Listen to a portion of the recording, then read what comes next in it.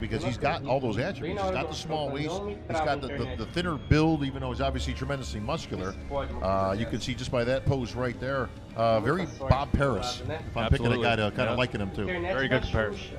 And when he hits back shots, which you will in a moment, you'll see the kind of condition. He is in great condition at this show. It's just that lack of size that separates him from the top guys. I'll tell you this, some of the top guys were off enough that he may overtake some of those guys. So you might be lacking a little bit in size, but you can see right there the thickness in the back is not of the veterans of a Ruli Winkler or Jocelyn Ardowitz. But he brings other things to the table. He's got more separation than a lot of those guys too. So, and a smaller waist. Small waist, and that's, Arnold's a big fan of the small waist. That's why he's out there right now. Foto clássica com Arnold. Pessoal, mil desculpas, tá? Por ter caído a internet aqui, eu não esperava isso. Mas acontece.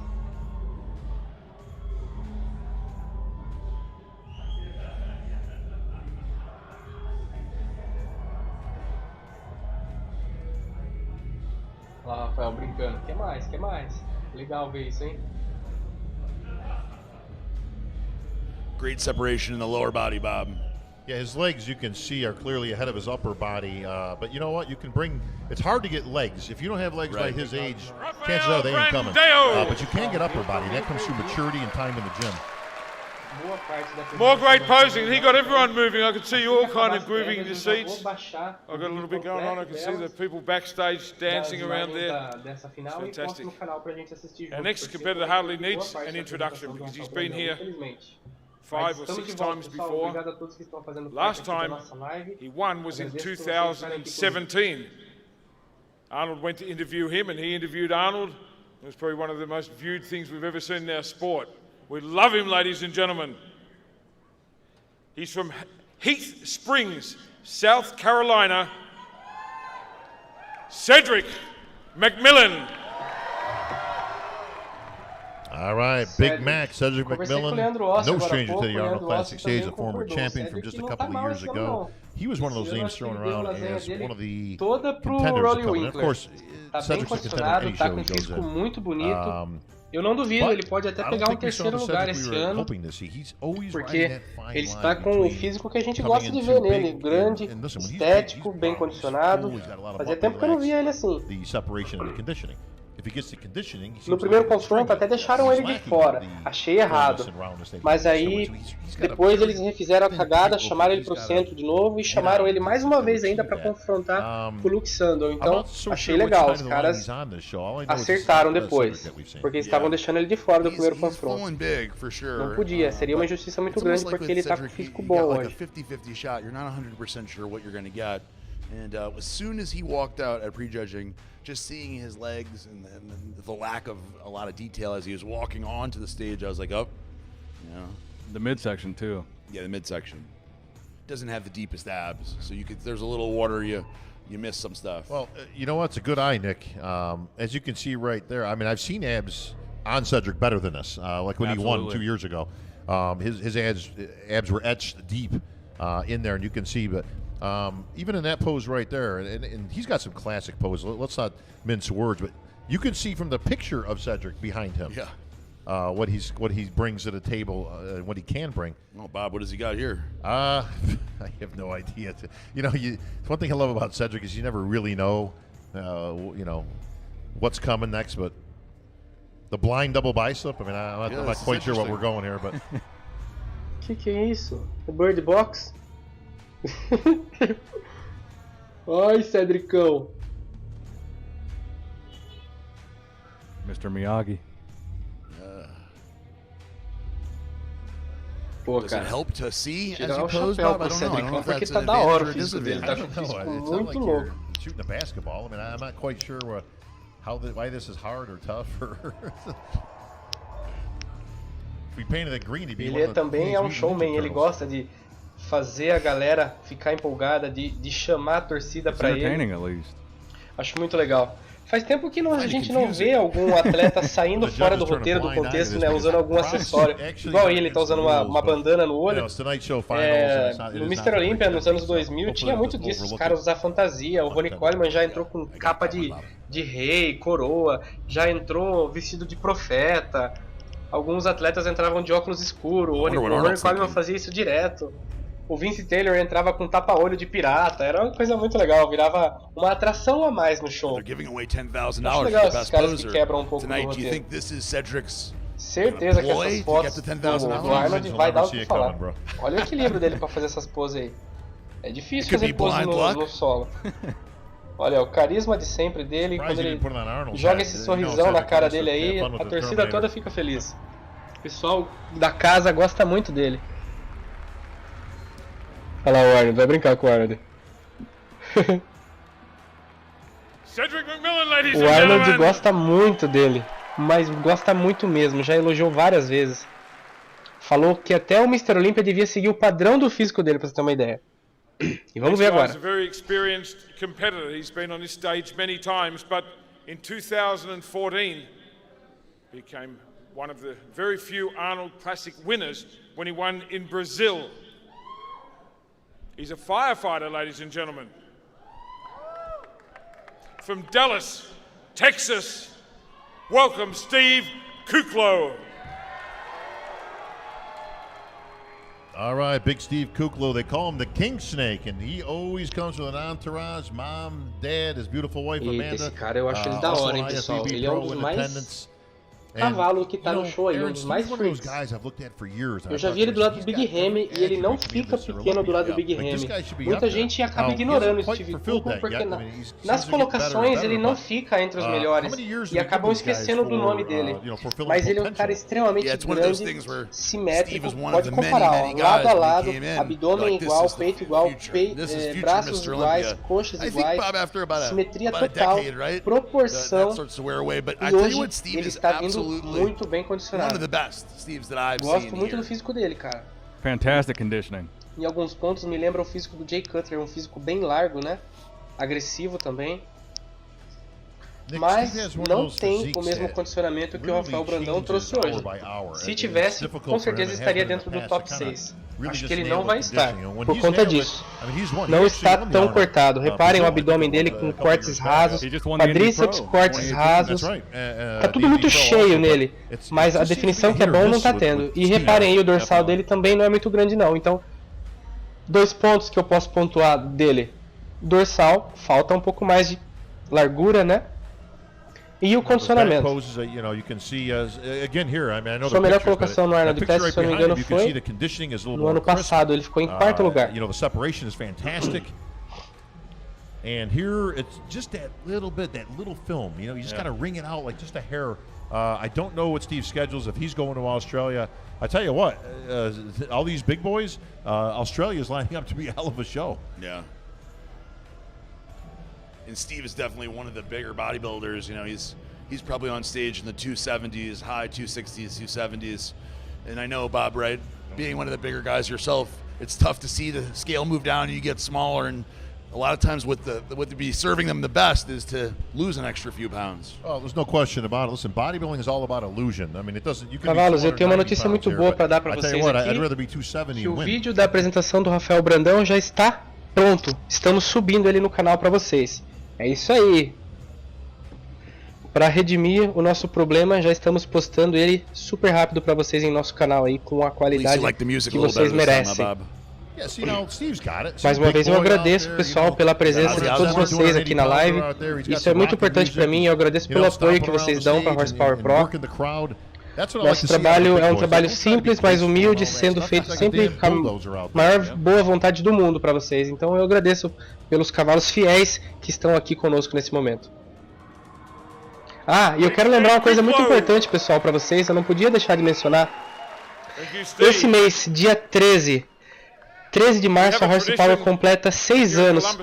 6 anos que eu trabalho aqui à frente do esporte, trazendo notícias, imagens, motivação, treinamento para vocês. Então, para mim é uma alegria muito grande. Para mim, a Horsepower é como se fosse um filho também, uma criança de 6 anos. Então, eu cuido dela com muito carinho, eu faço tudo com muito amor. E é por isso que ela só vem crescendo, que ela só vem conquistando cada vez mais fãs do esporte. Então eu agradeço por você fazer parte disso.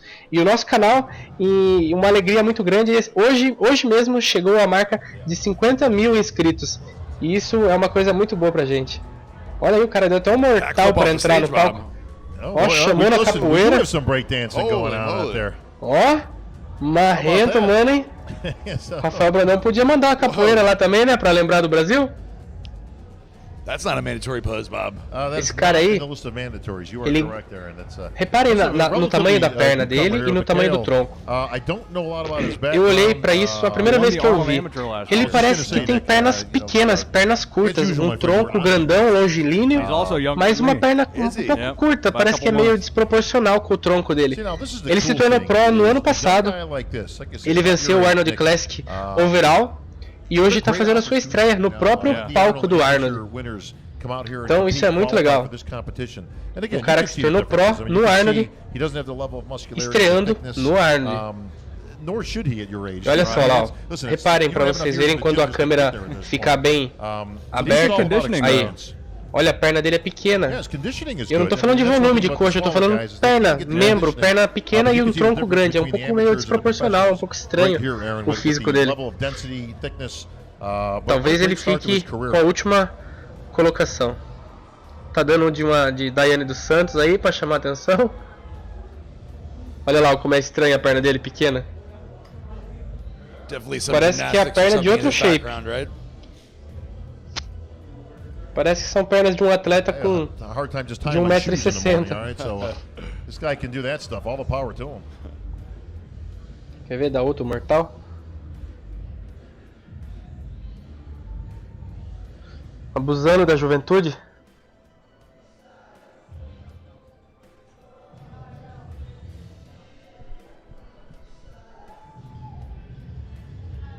Olha lá na foto que tá lá no fundo dele lá, ó, fazendo um side chest.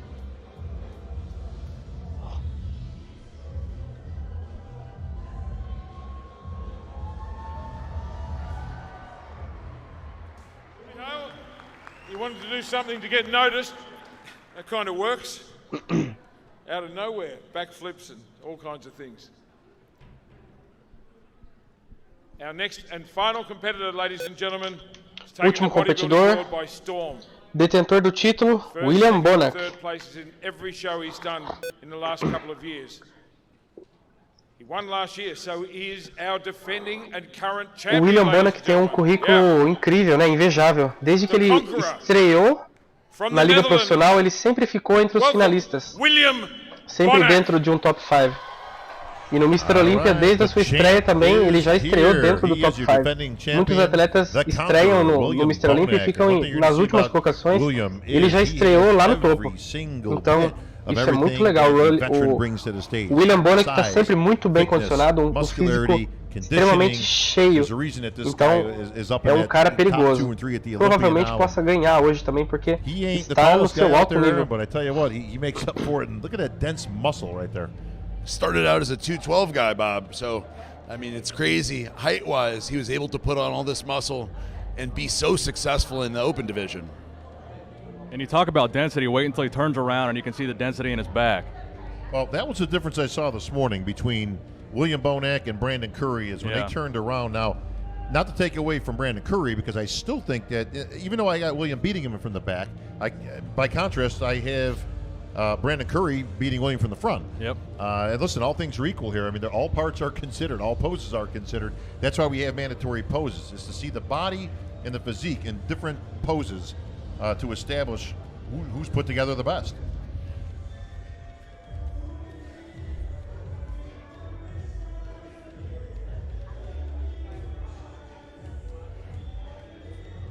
Bob, if shows are won from the back, I don't know.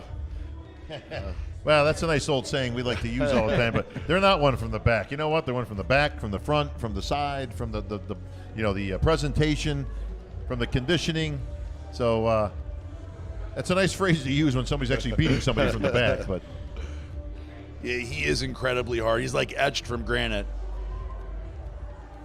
Well, I'll tell you this. It was close enough between these two guys this morning that I think you're going to see it come down to tonight. The judges are scoring tonight, like I mentioned, so I think it's probably a 1 or 2 point decision coming out of prejudging. Just a guess on that one, but the difference I think is the midsection.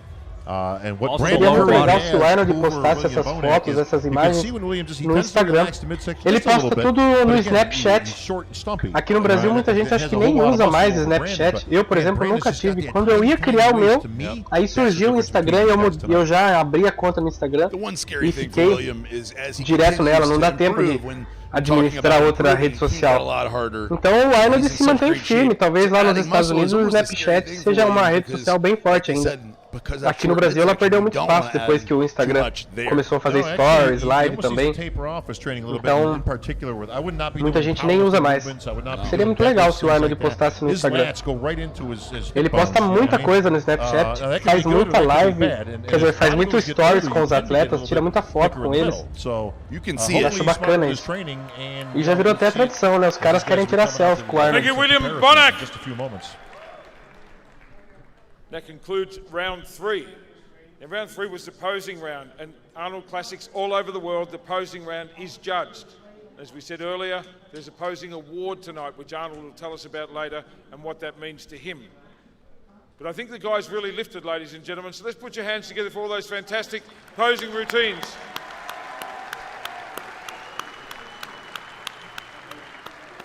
I'm going to bring them all back out in just a second. And now we go to what we call the confirmation round. Now, for those of you that are new to bodybuilding, at the pre-judging, some of the guys might have mistimed it a little bit. Some of the judges may have been unsure between this place and that place. And they got the chance to see them pose and to see them dry out or carb up a little bit more. And now the judges have one more chance to compare the guys and see where they're going to finish. So this is being judged live, ladies and gentlemen, and I think you can be a part of it by encouraging them and clapping and cheering and all that kind of thing. So let's hand it over to Steve Weinberger, our head judge now, for the confirmation round. Thank you, Tony. In numerical order, Brandon, Luke, Cedric, and William.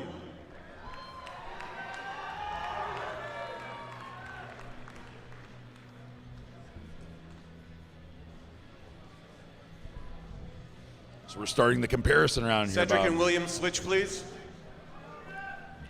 Vamos torcer meus cavalos para que eles chamem o Rafael para entrar aí também. Infelizmente, por hora ele está fora aí, ó. Possivelmente esse é o top 4. That Cedric was not in the top 5. Se o Rafael Brandão não foi chamado para esse confronto aí, a melhor colocação que ele pode ter será a 5ª colocação. Me surpreendeu ver o Luke ali. Luke está tomando o lugar do Rolly Winkler. O Winkler está de fora desse top 4. É mole? Exactly right, Nick, because it was kind of an odd call out, I thought, as head judge Steve Weinberger called out a comparison between Luke Sandow and Cedric, and I thought it was a little bit oddly placed, but now you see Cedric, they clearly feel is getting a little bit better, and Luke seems to be holding his own here. If I was a betting man, I would say this is what your top 4. Now, what they might do, Aaron, is leave a couple of guys and pull a couple of guys. Right. Hypothetically, if they pull back William and Brandon, then you're looking at 1 or 2 either way.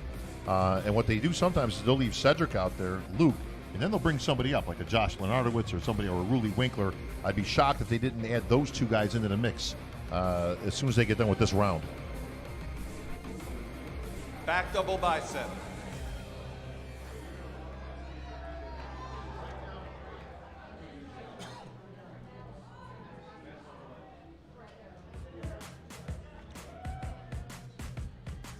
Here's that matchup we were talking about. Look at that back double by between Brandon Curry and William Bonac. If you're looking at the condition of these 4 gentlemen, certainly Cedric stands out in terms of condition or lack thereof, right? I'll tell you this. Luke actually looks like he's getting better. Yeah. He looks a little sharper to me tonight than he actually did this morning. And as he poses, he seems to be getting a little bit sharper. I don't know if that's enough to move him up, but it might move him, keep him in third place. As I don't know if Cedric has enough to catch Luke at this point. You can see that the conditioning is just slightly different between Brandon. Brandon Curry kind of has that hard, almost, I don't want to say grainy, but that thin skin conditioning. Yep. Bonac is obviously in great condition also, but you can see there is a difference between these two guys. What a tremendous improvement from Brandon Curry from 3-4 years ago. One thing about Brandon's presentation too is that he's always so picture perfect. I mean, if you look at his oil and his color, I mean, he really looks, I mean, certainly the best in terms of presentation. Very polished. Well, Brandon's killing William in that front ab shot right there. So as much as William was beating him from the back on that back double by. And this shot's a toss-up, man. Pessoal, não vai dar pra ninguém tirar a posição do top 2 aí, não. Brandon e Bonac no centro do palco o tempo inteiro. Acredito que Cedric fica com o terceiro lugar e o Luke no quarto. Vamos ver agora o segundo confronto. Torcer para que o Rafael Brandão fique no centro. Aí, Rafa foi chamado. So Bob, nothing is written in stone, right? But that's a pretty good sign that that's our top 4, right? Unless they're bringing him back in a little bit. And you know what? You never know with Big Steve, man. He likes to mix and match. And the one thing I like, amongst many, about Big Steve is he gives these guys an opportunity to compete. Listen, I would rather see too many comparisons rather than a lack. Chamaram os maiores, né, pro centro. Como eu falei pra vocês, olhem o tamanho do Steve Cook. O cara é grande pra caramba, meu. Chama atenção o físico dele. E o Rafa ali, esteticamente correto, o físico mais harmônico, a cintura mais fina do palco. O atleta mais leve aí, como vocês podem ver, né? O Rafael Brandão tem um potencial enorme. A hora que ele estiver com um físico grande, cheio igual esses caras aí, meu, vai ser difícil alguém tirar dele. And listen, let's not make any mistake. The prejudging does count more, so to say, into the judging. Okay, this is what they call a confirmation round of scoring. Okay, it's one liso, quadríceps, pouco detalhamento. And make any changes that they see fit. So it does count into the scoring. But the prejudging is, fala aí, cavalos, legal demais ver o Rafael Brandão no meio desses caras, né? Nesse palco aí. É muito bacana pra gente brasileiro tá vendo um representante assim, brigando de igual para igual com esses caras. E não é exagero não, podem ver, o condicionamento físico do Rafael, a definição dele é maior que de todos esses caras que estão aí. Tão bom quanto ele é só o Bonac e o Brandon, que são os top 2 da competição. O resto está com um condicionamento bem inferior ao do Rafa. Look to your right, Rafael. That's what you're going to be looking like in another couple of years, buddy. You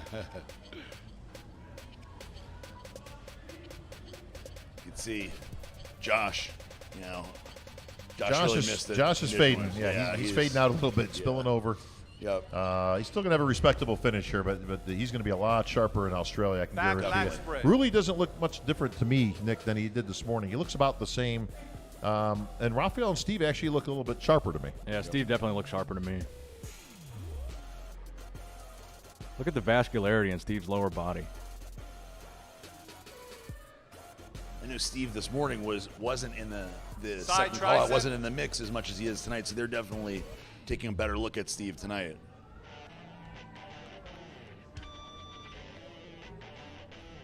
Get those arms on, really. There's only one other guy with arms like that in the pro league, and that's Phil Heath. Yeah. So you talk about having some arms, boy. Those arms are crazy. And even in not 100%, he has cross striations all over his triceps. Oh yeah.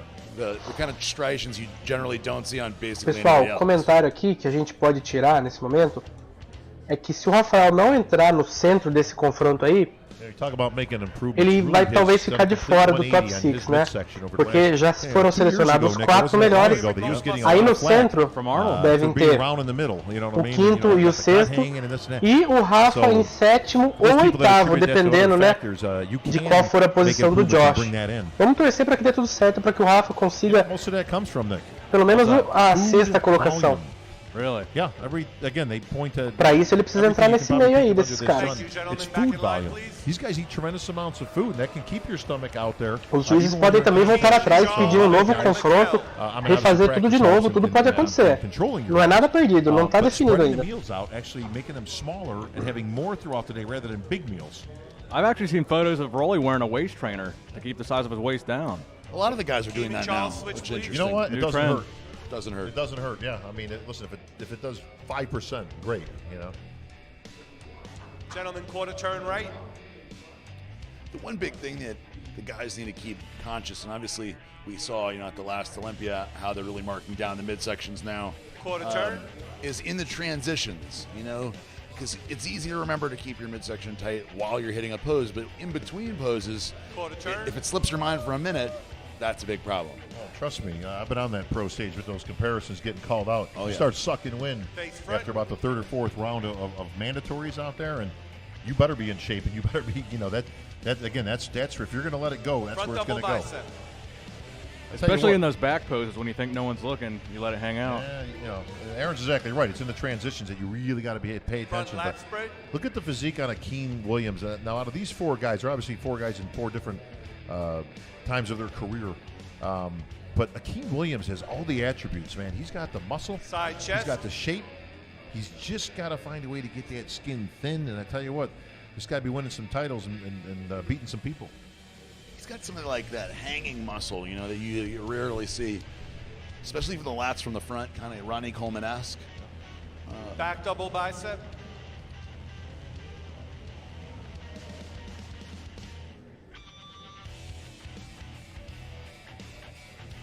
Tell you what, it's a game of inches, man. I mean, he's not. Look at that shot right there. Look at that shot of Akeem Williams.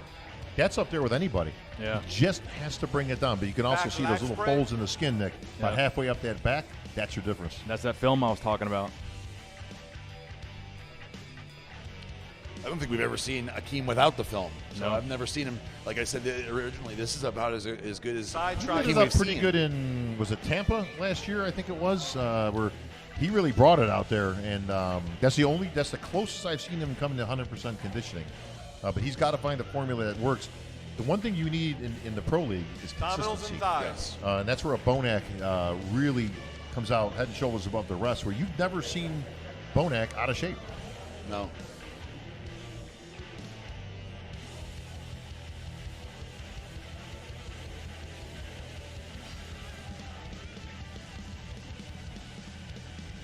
Your favorite, most muscular.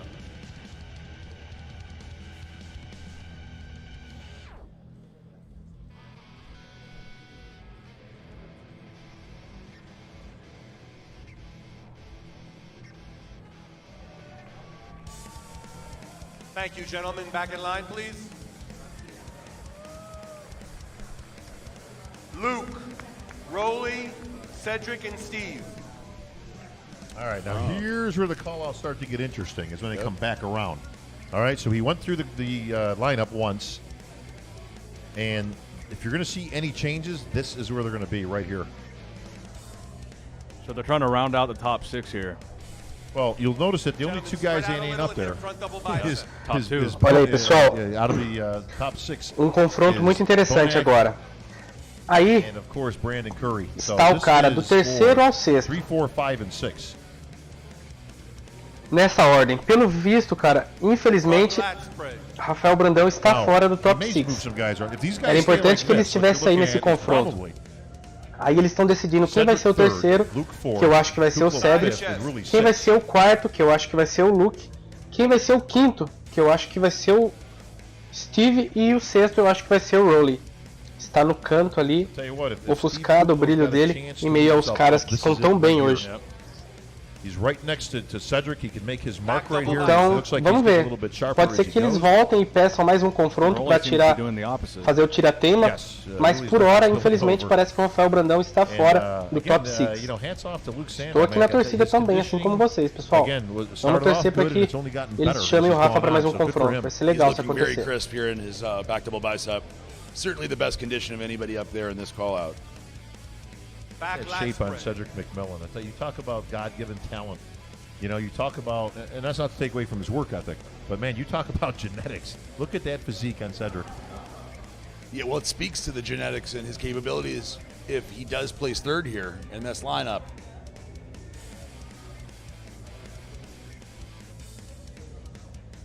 Side tricep.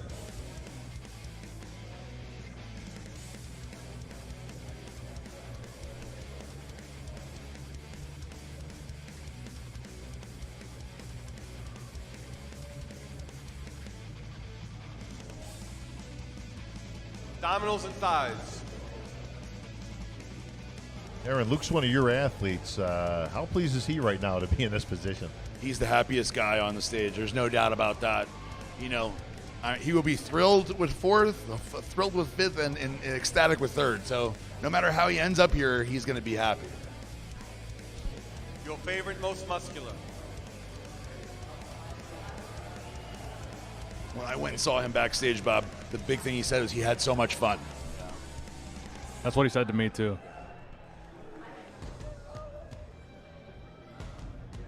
Any of us that know Luke, he's a ball buster, man. I mean, he loves to just joke around and have fun. I mean, he's never too serious, you know. But I think that's good. I think it keeps him loose. You know, he doesn't get too tense and fired up. And Cedric is much the same way. I mean, Cedric's a jokester, man. Yeah, he's having fun. E agora, pessoal, é nesse confronto que vai se decidir o campeão da noite. Down to these two guys. William e Bonac. And both these guys, make no mistake, both these guys know right now this is for the title. They know it. The fans know it, and the judges know it. São dois campeões. Reparem na qualidade, no tom de brilho da pele deles. Os dois estão muito paralelos, muito parecidos. A qualidade dos dois está incrível hoje. Só que Brandon, maior, tronco que chama mais atenção. A bigger guy, a heavier guy with a smaller waist. Yeah. So. And I think his O conditioning Bonac might be está slightly better than Bonac's here. Well, com os cortes mais suaves, né, no quadríceps. Eu acho que The lower body, yeah. o condicionamento do Brandon Curry está superior hoje. That tells you everything you need to know about conditioning. E aí, qual o seu palpite? Quem desses dois vai levar? This shot's about even for these guys. You can see the thickness on William, you can see the thickness on Brandon. But look at the side of the thigh. Once again, that's your margin. Brandon Curry is 10% sharper than William Bonac. Now, this is what negates everything we just said, okay? Because you're going to get to this point, and guess what? William's got one of the best backs in the world. He's like a mini Kai Pessoal, Green. lembrando que a apresentação individual nessas finais do Rafael Brandão já está no nosso canal. Acabamos de postar lá para vocês, tá? Terminando aí as prévias, quer dizer, as finais, eles dão uma pausa, né? Aparecem as biquínis, aparecem um monte de outras atrações até eles anunciarem o resultado final. Então, nesse tempo aí, você vai lá no nosso Instagram, veja as postagens, veja as fotos que nós vamos postar. E também assista aqui no nosso canal do YouTube a apresentação do Rafael Brandão, porque travou aqui na hora que a gente estava fazendo, né? Perdemos a conexão com a internet, infelizmente caiu. Voltou, ainda estava na apresentação do Brandão, mas a gente perdeu uma boa parte dela. Então, fique tranquilo que a gente já baixou o vídeo inteiro, completo, sem travar, com boa qualidade para vocês. E já está aqui no nosso canal a apresentação final do Rafael Brandão, que foi muito bonita, vale a pena ver e compartilhar depois. Quem é atleta vale até se inspirar, porque o Rafael Brandão deu uma aula de posar. Olha aí, cara, o abdômen do Brandon é impecável.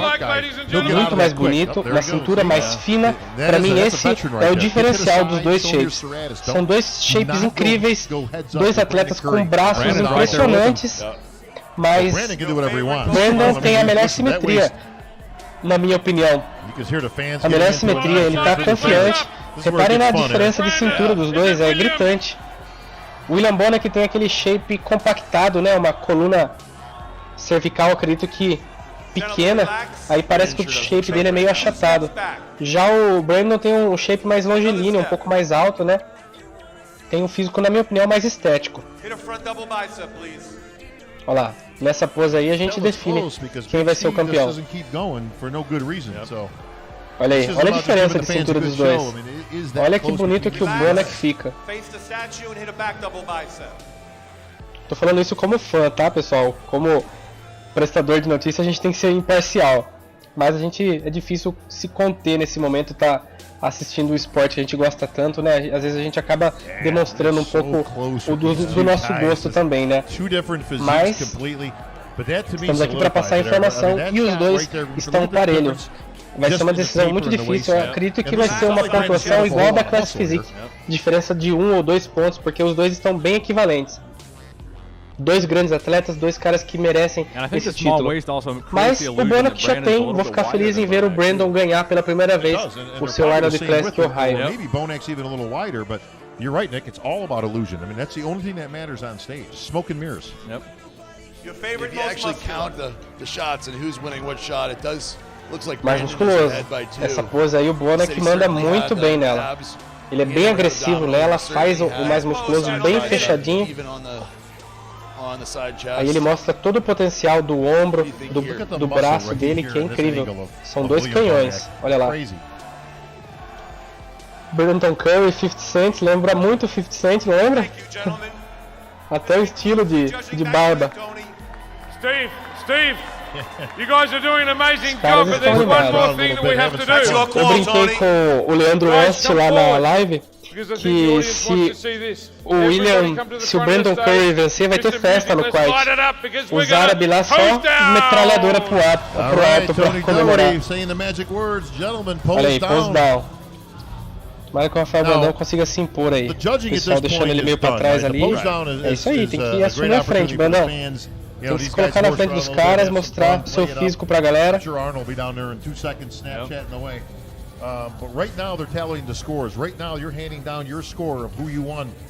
Cedric McMillan sempre brincalhão, zoando, chamou a galera pra descer lá pro público. E esse é o momento aí de prestigiar o público, de prestigiar os fãs, de mostrar o seu físico pra todo mundo que está ali, de ver a família, de tirar uma selfie com seus familiares, com seus entes queridos. As primeiras filas ali são sempre ocupadas pelos convidados de honra, pelos familiares dos atletas, pelos treinadores. Então, aí eles vão entrando no meio das cadeiras ali e fazendo essa homenagem aos fãs, o público que está ali presente para eles. É algo muito legal. No Mr. Olympia lá, quando eu estive presente no ano passado, era de arrepiar esse momento. Era incrível ver eles ali perfilando no meio das cadeiras, andando, subindo em cima das cadeiras. Era muito legal ver eles de perto. Sean Ray ali. Yeah, there's Dan. Dan headlining things for the Olympia this year, so big shout out to Dan. The guys are all going down, making this exciting for all the people in the audience. This is always fun for the fans. Yeah, they love it. Nick, in the past, you were actually down there with these guys coming many years. You know, the one thing that's cool for the fans to see is how big these guys actually are. Yeah. Because on stage is one thing. It's an illusion, there's lighting, but when somebody's right there in front of you, you can see how thick and how big and massive that these guys are. I can still remember seeing Dennis Wolf for the first time in the pump-up room backstage and just seeing how big he was in person. It was just like, you don't realize how big they are when you see them in the magazines. You see Dennis Wolf in person, he's crazy. Oh, there's the Terminator. Look at with his sunglasses surprised on. You don't have the leather jacket on. Come with me if you want to live.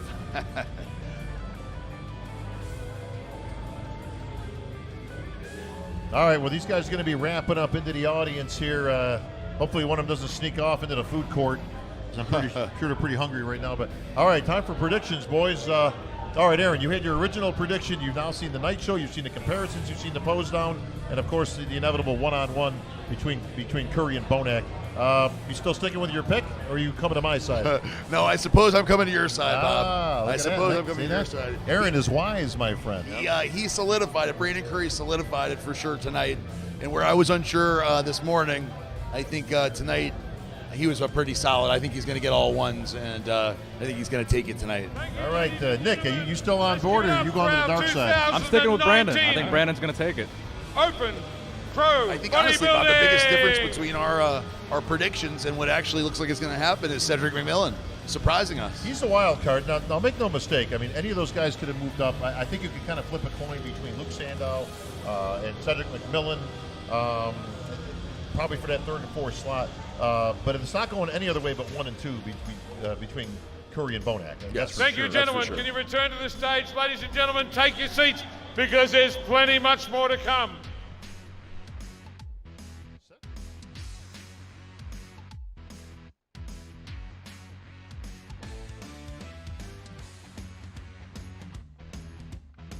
Correction, Mikhail, who's about to walk up.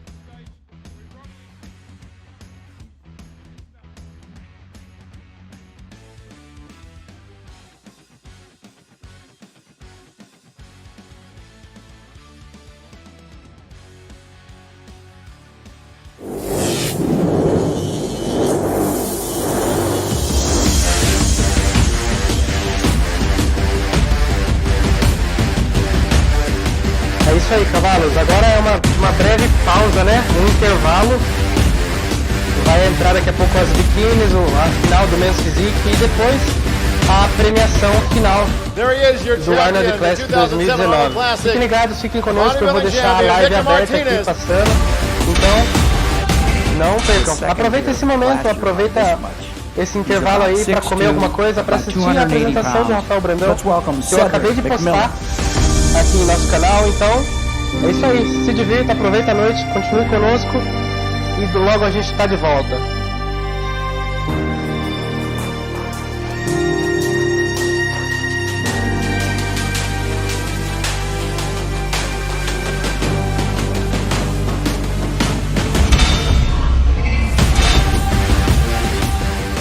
Our final competitor is one of the fastest rising stars in the industry.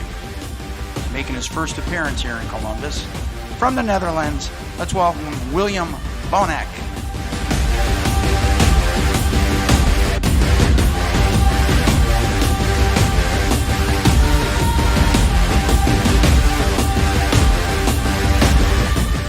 ...2018 Arnold Classic champion, William Bonac.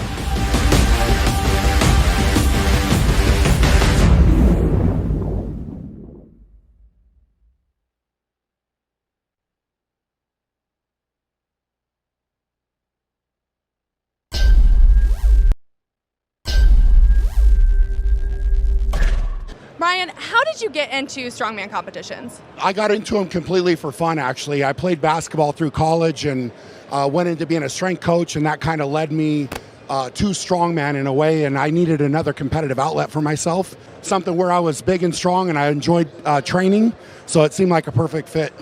How long have you been doing strongman competitions, and how did you get involved in them? This is my 9th year. I got Hard to believe it's been a year since involved. you've been in the winner's circle, man, but you got a battle out there. Yeah, I do got a bit out there, you know. Brendan has improved much, you know, but still I feel confident about what you brought, you know, and I feel even that we brought a better package than last year, you know, so I think this is one of my best packages ever. So I'm happy with it, you know, me and my coach. Well, Big Steve certainly gave you guys an opportunity. I mean, he put you in, he mixed you up, he spun you around about 4 times. I know you're dying out there when that's going on, but I tell you what, I'd rather get the comparisons than not. Yeah, so, you know, so people can honestly give their opinion, you understand? So, yeah, I believe it's a good thing, you know, to give each other the chances, you know, to challenge each other. Now, even though you and Brandon are competitors out there, you can tell there's a very, well, not just a difference, but I was going to say a mutual respect. Like you say, you guys are battling, but man, you can see you're also having some fun out there too. Yeah, we have to, man, you know, because it's war on stage, you know, but outside of that, you know, we're just humans, you know, we got the same passion, understand? So we know what we feel, you know, we know what we go through, you know, so we respect each other for that, you know, because it's not easy to come here and stand on stage, you know, battle the best of the world, you understand? So I respect any athlete who comes here and who, you know, battle, even if he's out of the top 10, it doesn't matter, you know, even the effort that you put into it, the 14 weeks prep, you know, it's tough, man, you know, so. Well, you hit on the other point I was going to bring up. You guys are apples and oranges, man. I mean, you don't have anything in common. Like I say, you know, you got the thick, powerful, muscular physique. He's got the more streamlined, you know, with the tiny waist and all that. But it makes an interesting dilemma for the judges, of course, because they got to kind of pick one way or the other here. You both bring things to the table. So it's interesting because you can kind of go back and forth between you guys. But you got a gut feeling William's going to go your way tonight? The way I saw the pictures, you know, and the way I saw, you know, the way we both look, you know, I would pick myself. Of course, yeah. As you should, my friend. Not, if it wasn't like that, I wouldn't pick myself, you know, so in this case, I would have picked myself, you know, but yes, it's of course up to the judges, you know. Now, we're at the beginning of the season, obviously, the Arnold Classic kicking things off for the 2019 season, and you seem to like to compete. You seem to get better as you go throughout. What's the rest of the schedule looking at? Are you guys going to be in Australia in a couple of weeks? Yes, we're going to first go to New Zealand, got a guest posting over there, and from there we go to Melbourne, Arnold Classic Australia. All right, William, best of luck here later on tonight as we'll see who the winner is. We'll see if the champ repeats and is a two-time Arnold Classic champion. Thank you, brother. Best of luck, William. Thank you both. All right. All right, continuing coverage here at the Arnold Classic. Bikini coming up next, my favorite division. So you've seen the beast, now you're going to see the beauty. And people love it. They've got huge followings. And they work just as hard as any of the other divisions. We've got these great smiles and these great figures, and it really has taken the world by storm. We've got the best lineup we've ever had here in Columbus, Ohio, ladies and gentlemen. So let's meet the ladies competing in their final round of the competition. First, from Brazil, Alisa Piccini.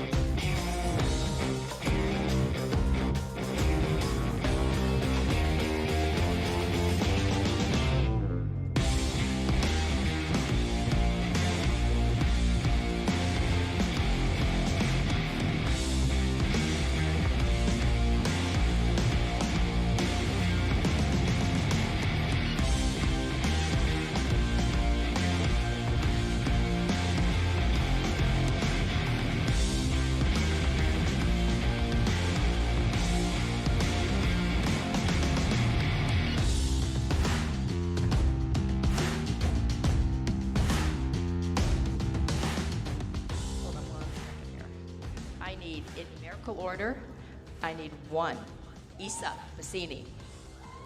I need 2, Ashley Kaltwasser. I need 6, Jennifer Dory. I need 7, Janet Leo.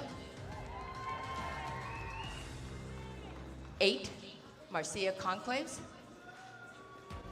And 12, Lorelei Chapados.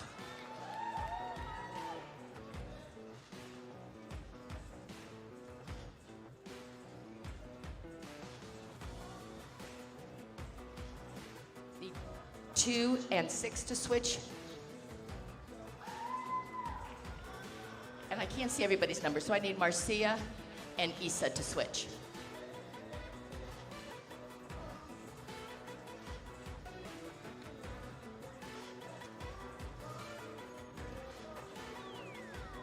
Okay, ladies, do a 180, face that back wall. And now you can do what we couldn't do this morning. Walk halfway back and hold it when you get there.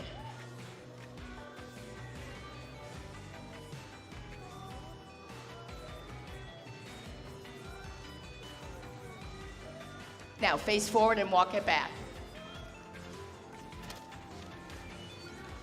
Ladies, I need Isa and Ashley to switch. Isa and Ashley, switch.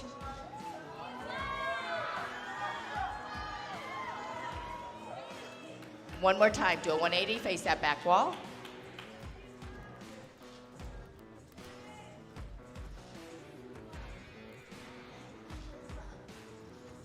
And face forward.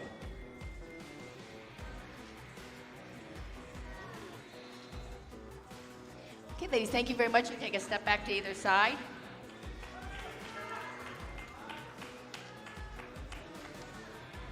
I need 4, Ashley Janelle. 11, Frida Paulson Stern. 10, Krista Bellina, Tories. 13, Monica Ellis. 14, Brina Martinez. 17, Camille Perriot.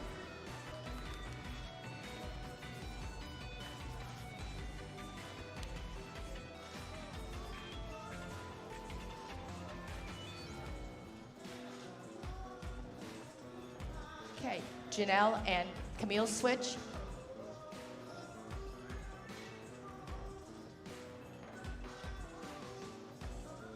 Now do a 180, face that back wall.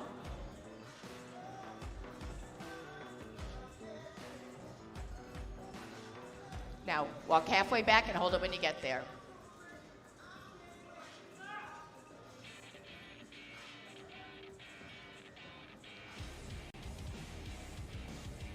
Face forward and walk it back.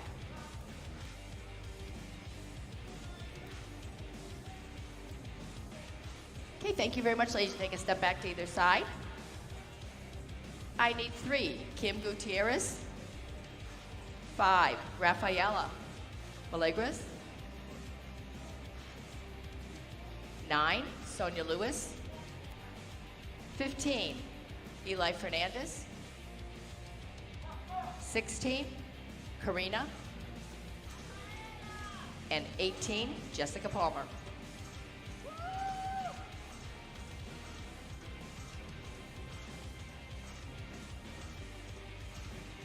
Okay, ladies, do a 180, face that back wall.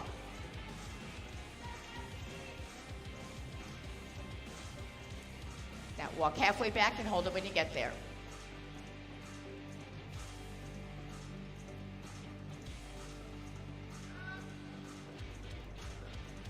Now face forward and walk it back.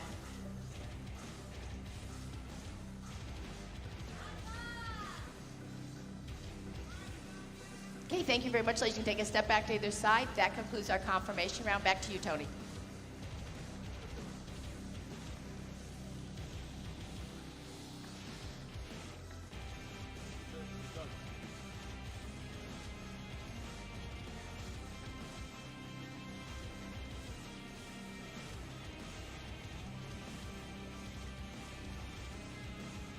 We're done? Yes, I said that concludes the confirmation. I'm sorry, Tim. Thank you, Sandy. All right, we'll ask all of our bikini athletes to exit on that side of the stage and congratulate every single one of them for being in such amazing shape for you tonight.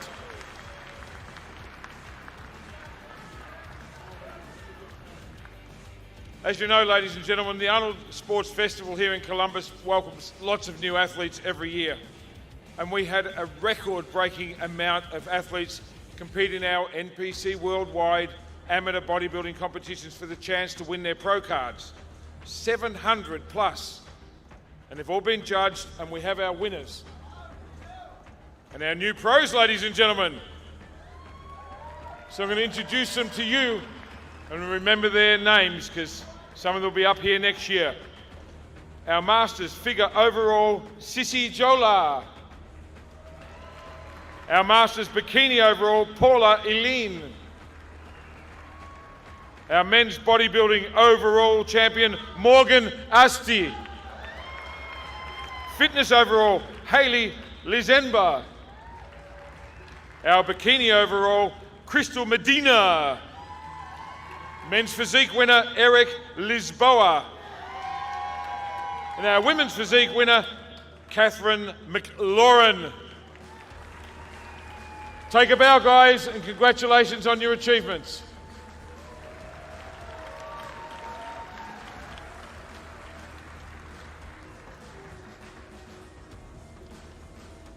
That's it. Back to the gym.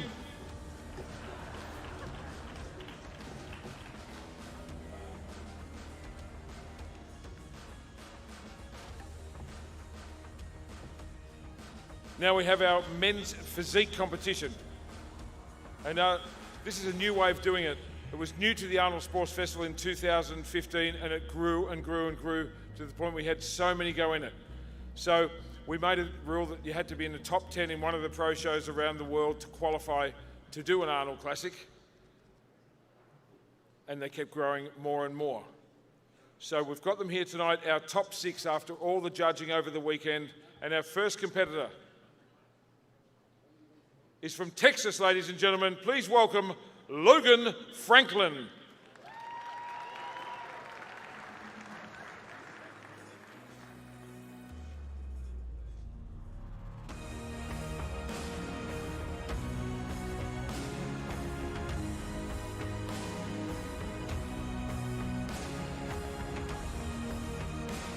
From Pittsburgh, welcome Raymond Edmonds.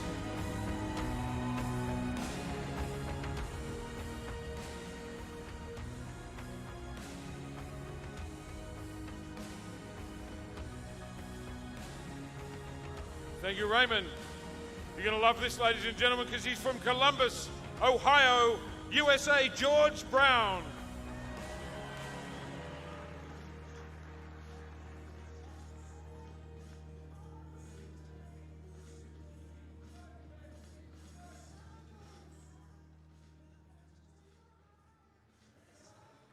From California, San Diego, welcome Kyron Holden.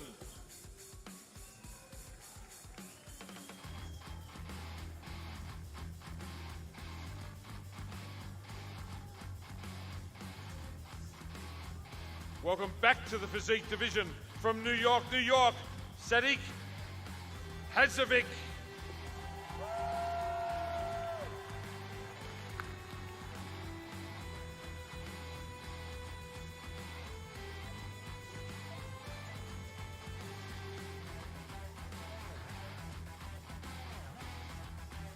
Thank you, Sadiq. From New York, New York, Andre Ferguson.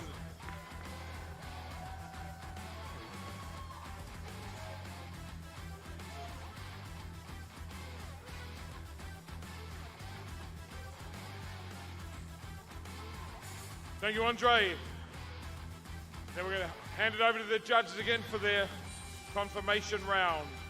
Over to you, Steve. Thank you, Tony.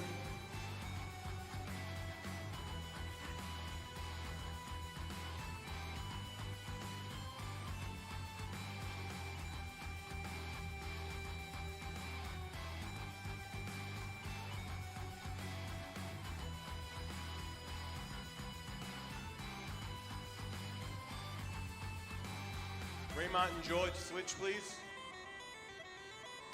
Andre, come in the middle of them, please. Right there.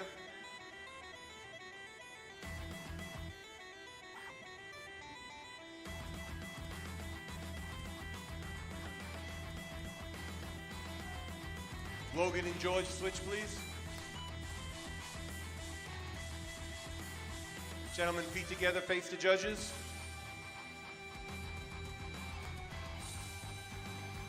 Face the curtain.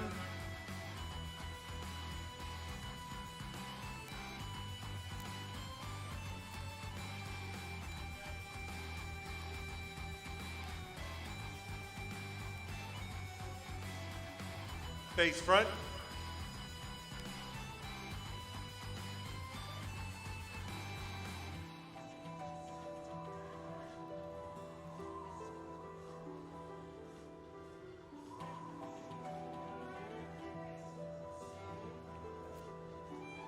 Thank you, gentlemen. This concludes our confirmation round.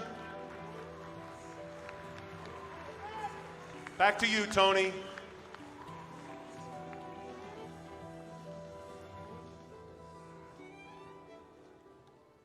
That's our physique division. They're in great shape again. They keep getting better and better.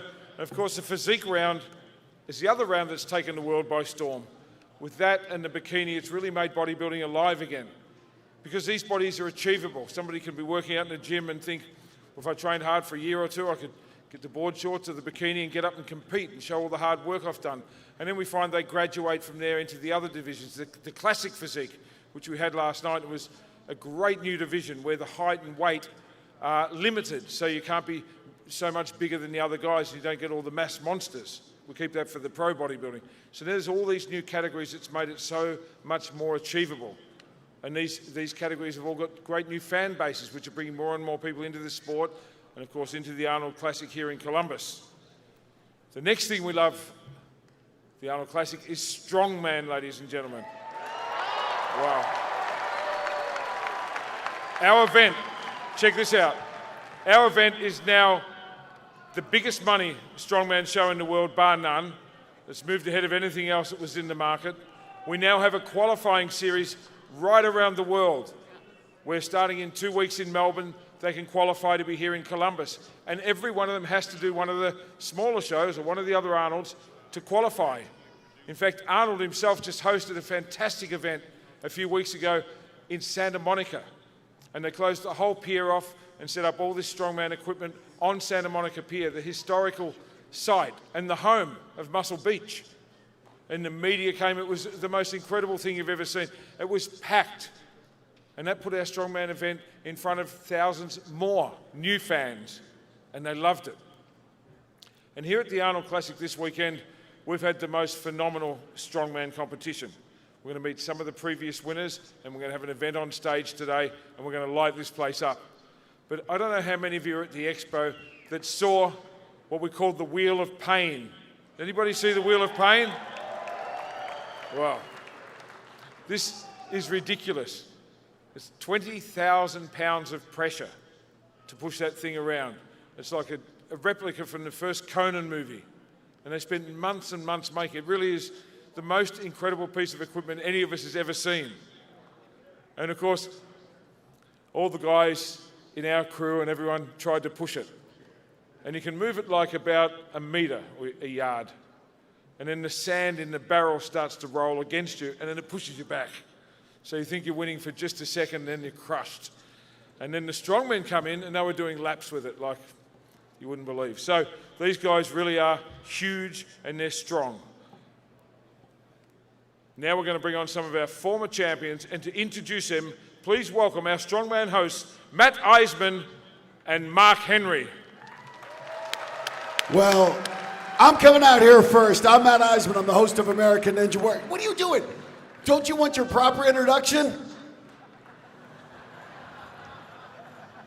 Well, I kind of spoiled it. So what we're doing this year, to honor the great Terry Todd, we have assembled every previous winner of the Arnold Sports Classic Strongman Championship. We have the greatest strongmen in history, and you saw the first one.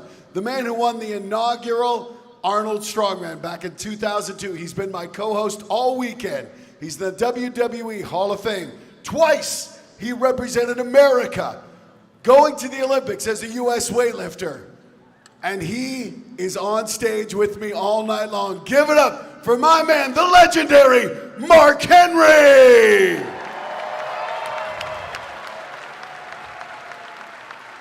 Next up, I know, you belong out here. Next up, this man didn't win it once, he didn't win it twice. He won it 8 times. He is one of the greatest strongmen in history. Ajude-nos Savickas!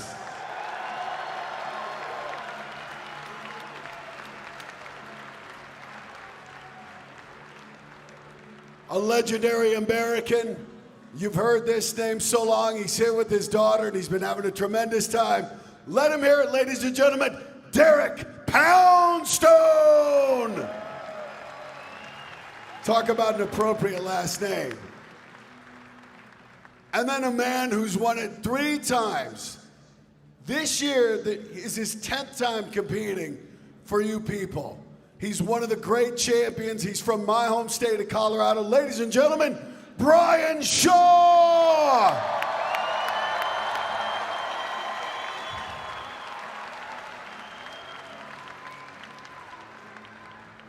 Now, unfortunately, there is one champion who can't be with us. He passed away, but we'd still love you all to honor his memory. Ladies and gentlemen, Mike Jenkins.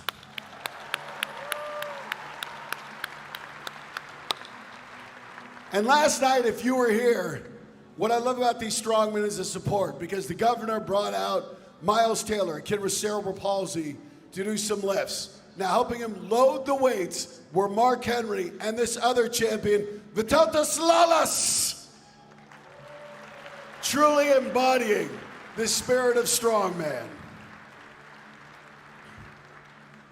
And the final champion here, the man who in just a few minutes will be competing for another title. He is one of the strongest men in history.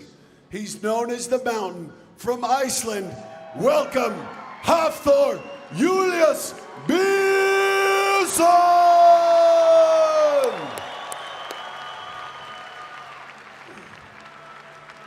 These are the strongmen champions throughout history. 2 of them will be competing tonight, but we have a little video that shows you just what this is all about. Please take a look.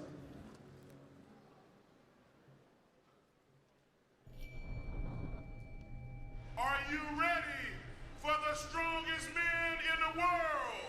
They're the biggest, the baddest, one of the most athletic big men on the planet will be competing here today.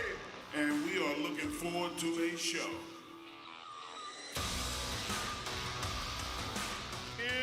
Impressive. Hyla didn't break a sweat there. Boom! Like nothing. A strong first lift out of Brian Shaw. A record-breaking lift on the line for the Mountain. Yes! And like nothing.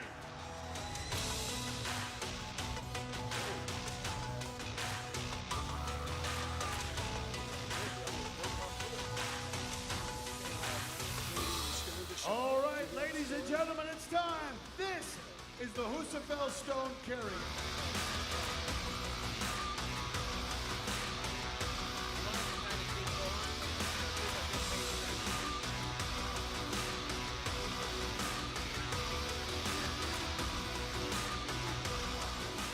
And he did it! First place.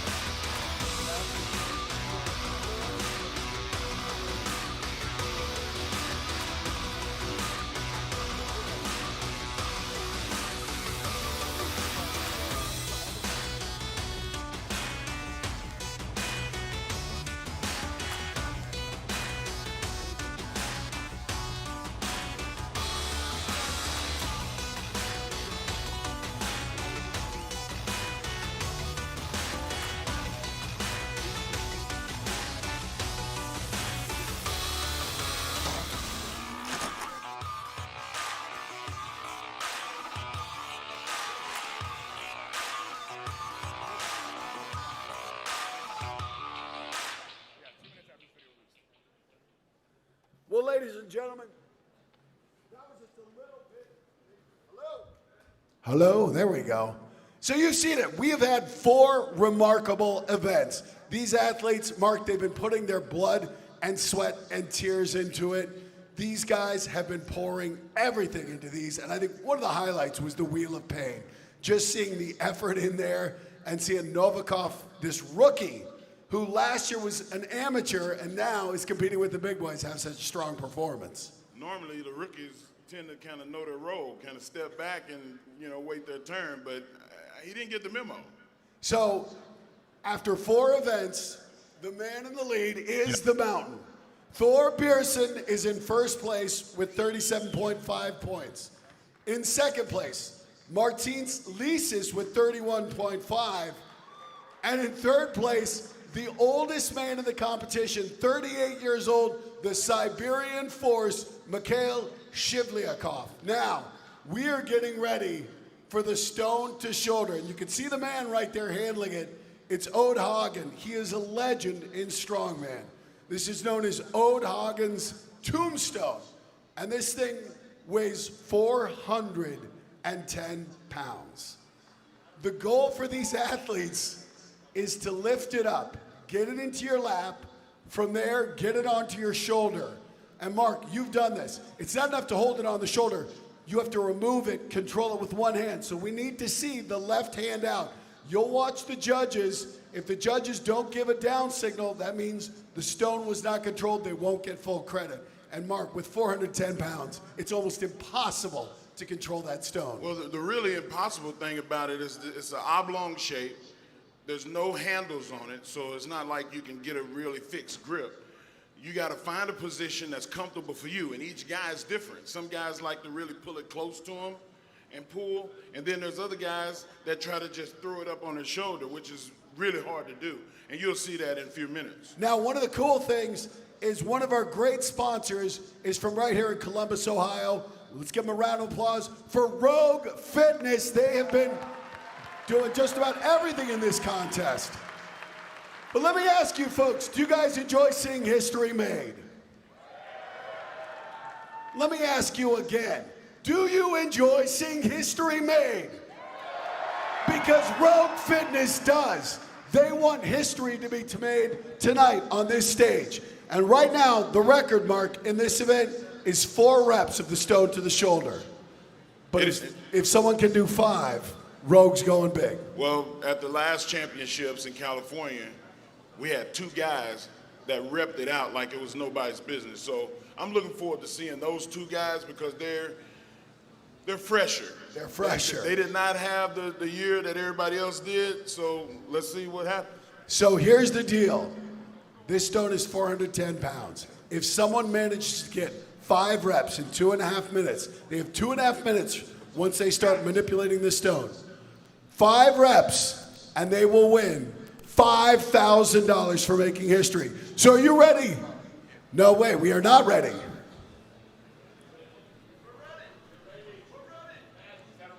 I'm ready. Arnold's ready. Told that is a real stone. Are you ready? Wait, Governor, are you ready? Governor, do you want to come lift the stone? Governor, the Terminator, this stone could be the history stone. Do it now, he said. Well, let me check with our athletes. Are our athletes ready? Get to the chopper. Did somebody actually give him a microphone? Please turn that thing off. I'm just out here checking. We're making sure these athletes are ready. Oh, we don't have referees out, so we are not ready to lift. Let's introduce her. Ode Hagen, ladies and gentlemen, the man who came up with this stone. Ode Hagen, one of our judges here. He did that on purpose. Did you just drag me with the chair? I have been getting heckled by this man all weekend just because he's a 4-time world strongman, the man who introduced most of us to this sport. Ladies and gentlemen, Magnus Ver Magnusson! And my idol. And our third judge, Carl Gillingham, a legend in the powerlifting community. Now, Magnus is going to let us know with his arm. When his arm drops, that means it's a clean rep. If it doesn't go down, that will not be a full 4 points. You get 1 point getting the stone to your lap. You get 2 points if you can get the stone onto your torso, but you have to control it. Magnus has to have the arm down for the full 4 points. And now, you get 4 points when you get it to shoulder. And once you get it to shoulder, 4 points supersedes everything else. The 2 point and the 1 point doesn't count. If you get it to your chest and get the 2 point, the 1 point is negated. All right, ladies and gentlemen, this is the rookie I was talking about. Last year, he won the amateur contest, and he won the right to be here on this stage. He has been turning in phenomenal performances, taking second in the Husafell Stone Carry, taking second in the Wheel of Pain. He had to go to the hospital to be evaluated, clean bill of health, and he wanted to come back and compete for you people here tonight. Are you guys ready to see him? Let me say it again. These athletes feed off your energy. So ladies and gentlemen, let's make him energetic. Alexi Novikov. As you can see, he's kind of filling it out, seeing where he's going to take a handhold. Every guy's going to be, his handhold is going to be different. He's putting a little tack on his hands, take the sweat off. It makes it a little bit sticky, but it's not overly goopy like the old style. All right, he's ready to go. He's asking for you to back him. You can see that's 1 point lapping the stone right there. Now comes the struggle. This kid just 300 pounds. This stone 410 pounds. Fighting to get it to his shoulder. You want to see it get up?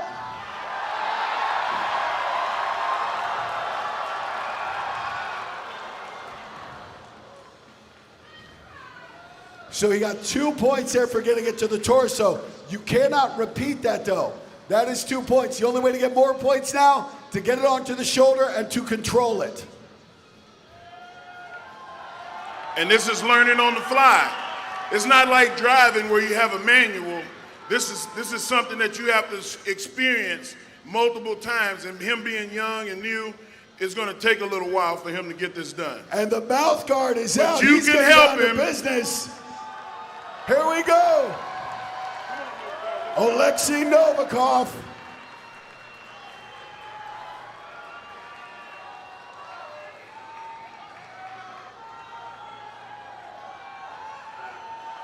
Got it up.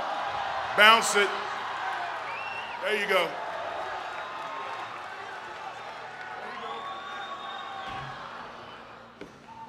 Don't worry about the floor, ladies and gentlemen. It's heavily constructed. Rogue makes the best equipment in the world. Steve Slater and his team have put this together, and we have not had it roll out to the floor yet. Just under 1 Just minute saying. with this 410-pound stone. Having the workers. Still has 45 seconds left. And you can see the battle with this stone. The heft and the difficulty controlling it. Clock ticking down, 30 seconds left for Alexi Novikov, this rookie from Ukraine. The man with the colorful socks going for a big lift here.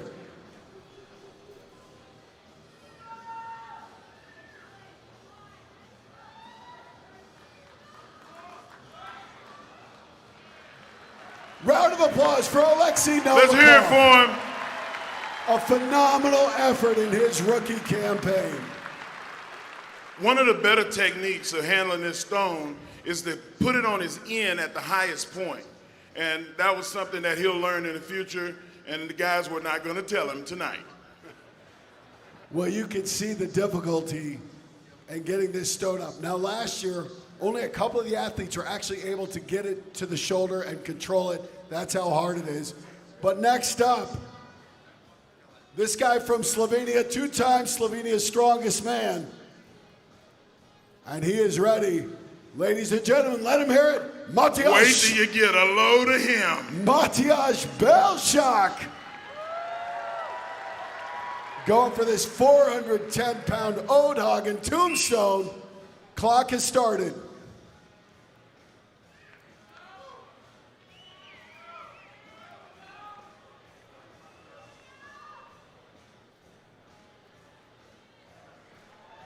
Got it on the lap.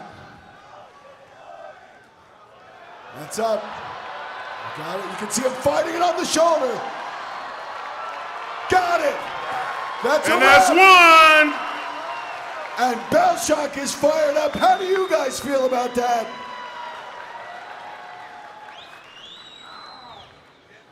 That's 4 points there for Belshak. He's getting fired up. 1:48 left. This big guy from Slovenia. You see the strategy of him putting the smooth side to the floor, which is a little bit unorthodox. The round side he wants to put on his shoulder. So he's trying to pull it to him so he can get the round side on his shoulder. It makes it an easier roll to the shoulder. If you can say easy. Wrong choice of words. You think he's got another lift in him, folks?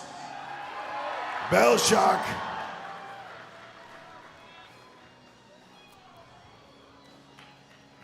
He's regrouping. He's got 1 minute.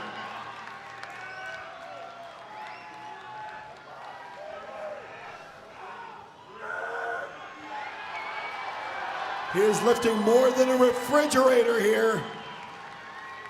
410 pounds.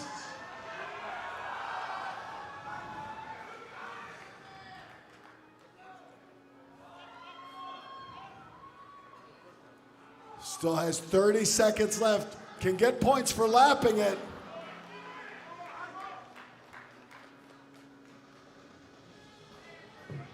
He is going to take every second, leave every ounce of strength on this floor for you people. There's a reason that you save the hardest things for last. 15 seconds.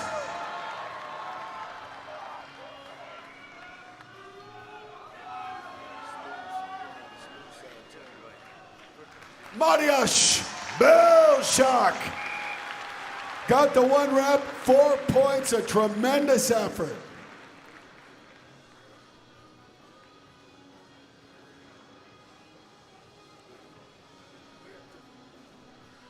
That is one strong human being. The way that he lapped, the way that he got the shoulder at first lift. Talking to Og said he had never seen anybody lift it that style. We just had an update. One of our previous champions had injured himself. He's out. Brian Shaw. So up next, the Polish powerhouse, the man who holds the record in this event, 4 times to the shoulder, Mateusz Kieliszkowski. Mateusz should be looked at as somebody that does magic because he makes it look so easy. He was the only one who got multiple reps. Look at this. That's 1. Over 2 minutes left. You think we're going to see history here? Kieliszkowski, this is his event.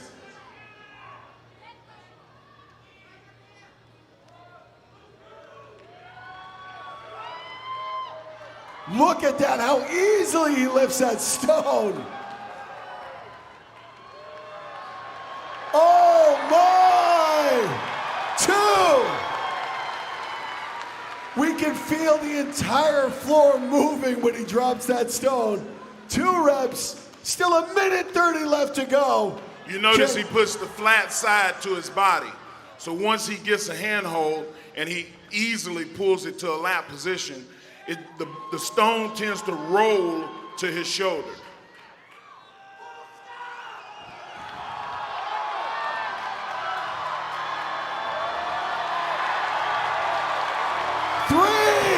A minute left.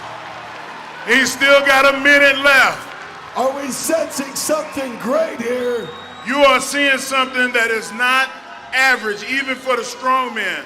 This is superior strength and a level of detail that we haven't seen in a long time.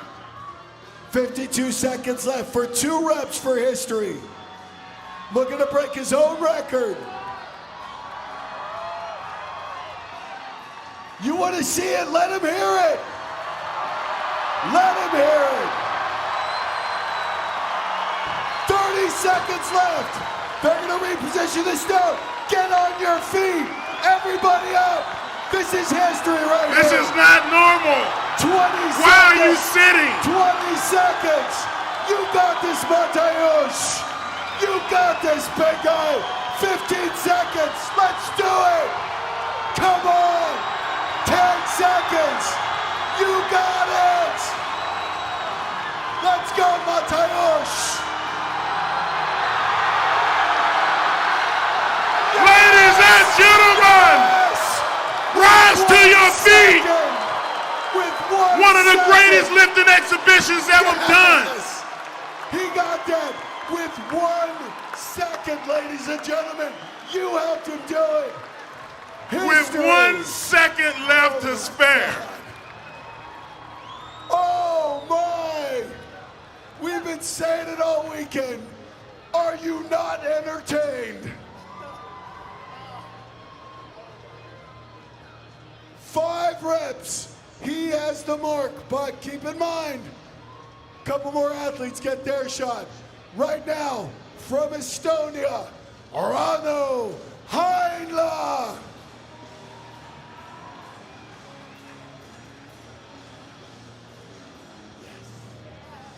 Matt, I know we're supposed to maintain a level of professionalism, but I fanned out for just a second, Let's see if Heinla has it in him, folks. Heinla been so strong this competition.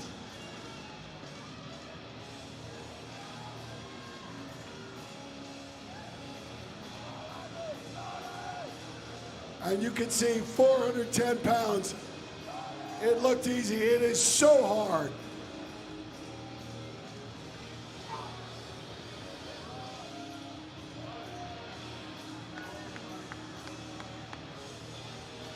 Hagen offering some advice. It's very difficult to lift away from the flat side.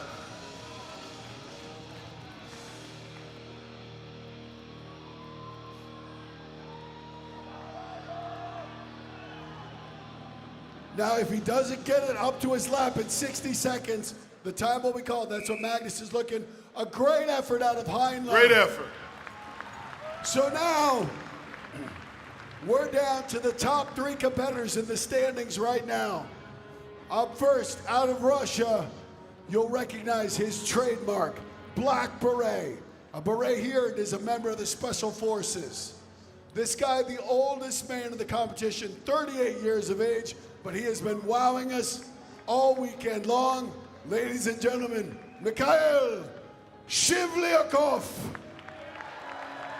Old in a lot of sports means you're done.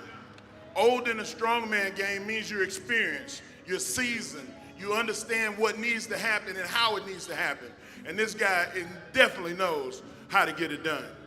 And so, Mark, right now they're putting a little tacky cloth on there for grip. Those shirts provided by Rogue have a little extra grip as well.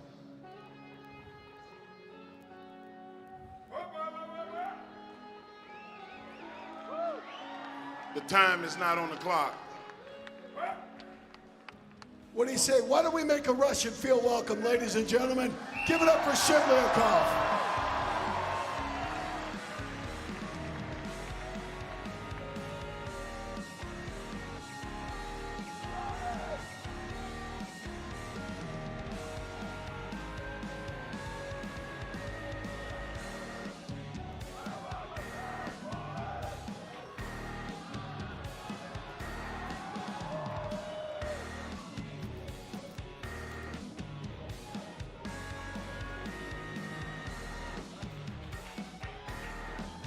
Hagen offering tips. 30 seconds left to get this stone in the air. Yes.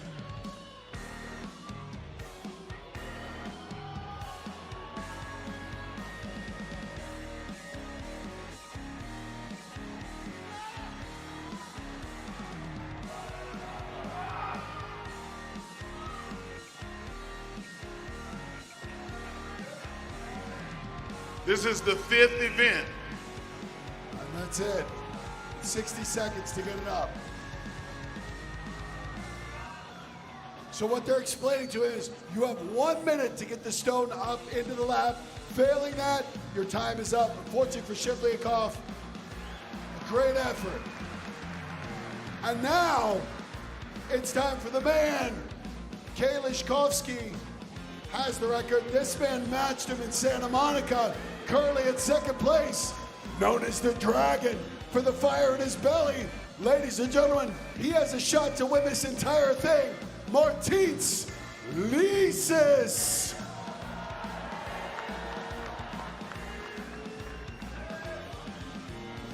Martins has an unbelievable energy level. One of the few guys that I've just become a real strong fan of.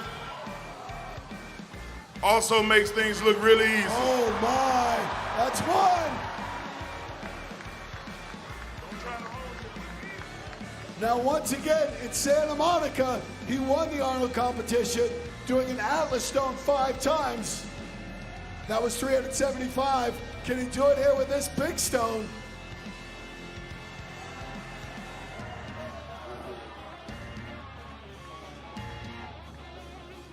Got it up, and look at that power. That's 2, watch it, watch it. Okay, Arnold. I told you that was the first time, that it had never been done, but it didn't mean that it would not happen. How they're gonna get it back up here is beyond me. No, I'm not helping. So these guys are working on it.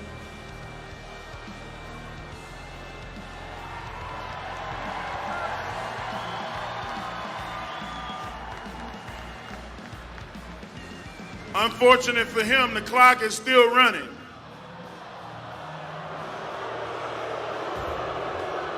I'm sorry, I just report the news. 1 minute 2 left.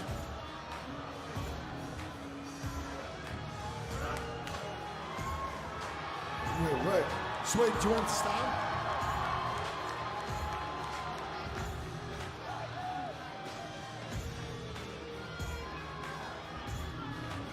Okay.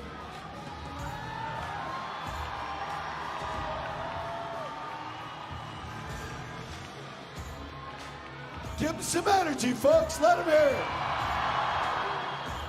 So we just got word. There is more time on the clock. The governor called it. Lises. Dragon, you got more. Take your time. You got another minute. Martins. He's saying he's injured. What an effort, Martins Lises.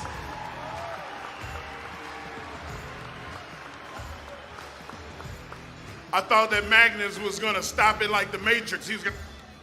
Yeah. Arnold, stay in your seat. The stone will get itself, okay?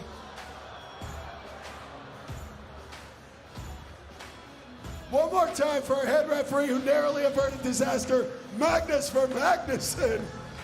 So this is it. There is one athlete left. He is the defending champion, and he is currently in first. Are you ready for the mountain? 6 feet 9 inches, 440 pounds from Iceland, Hafthor Julius Björnsson.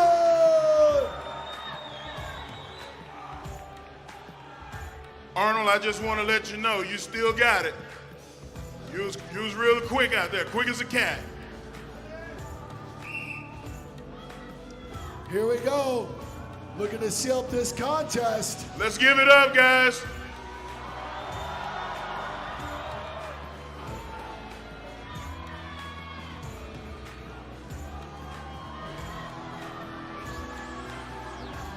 Björnsson fighting for grip.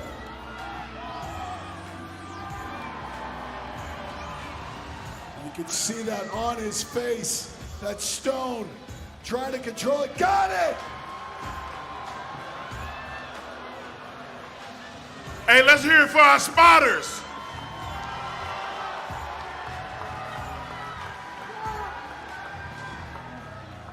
Hafthor knows that he's already placed, that he's got a substantial amount of points. Give it up. And it's in the bag. For the mountain, Hafthor Björnsson.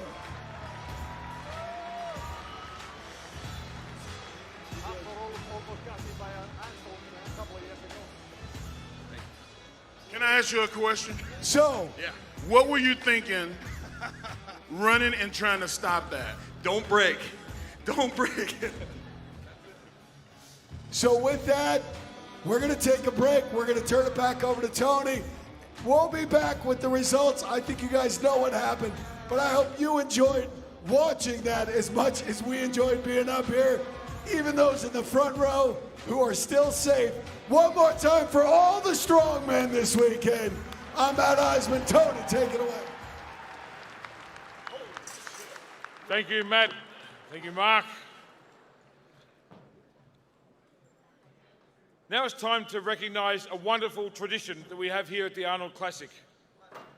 It's time to honour the Arnold Classic Lifetime Achievement Award winner, which is Jan and Terry Todd. Please turn your attention to the video screens to watch this very special presentation. Thank you.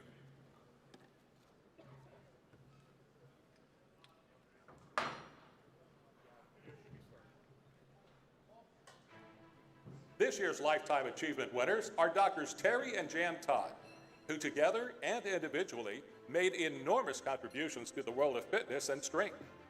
They raised the public's understanding of the value of all forms of strength training through their personal lifting accomplishments, their books, numerous articles, and documentary films, as well as all they have done to preserve the history of strength sports.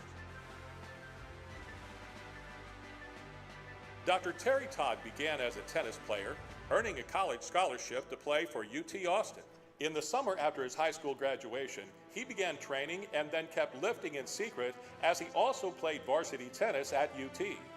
Although he was ranked number 1 on the team by the end of his freshman year, his tennis coach kept telling Terry that lifting would make him muscle-bound, and so Terry quit the team in his junior year and focused his energy on competitive weightlifting. Terry won the Junior National Olympic Weightlifting Championship in 1963 and then switched to the new sport of powerlifting, winning the first men's national championships in 1964 and the first senior nationals in 1965.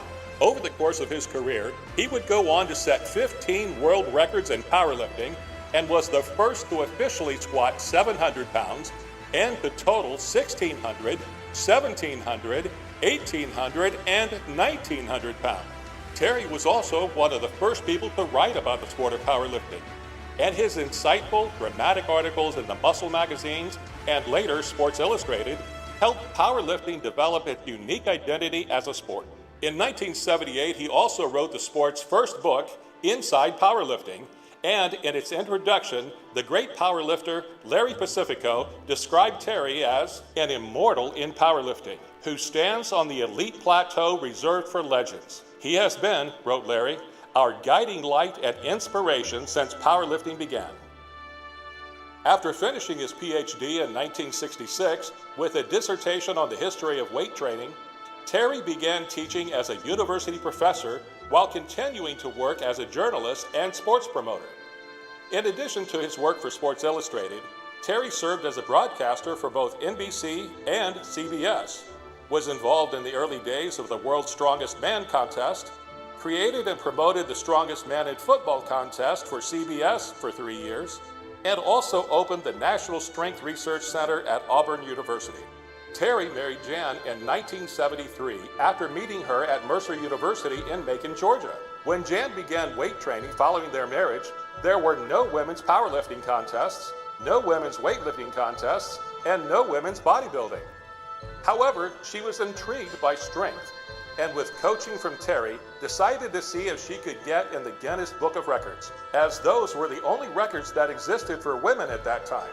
When Jan deadlifted 394.5 pounds in 1974 and made it into Guinness for the first time, she made that lift and the next several records that followed it only after getting permission to do exhibitions at men's meets, exhibitions that inspired other women to ask for the right to compete.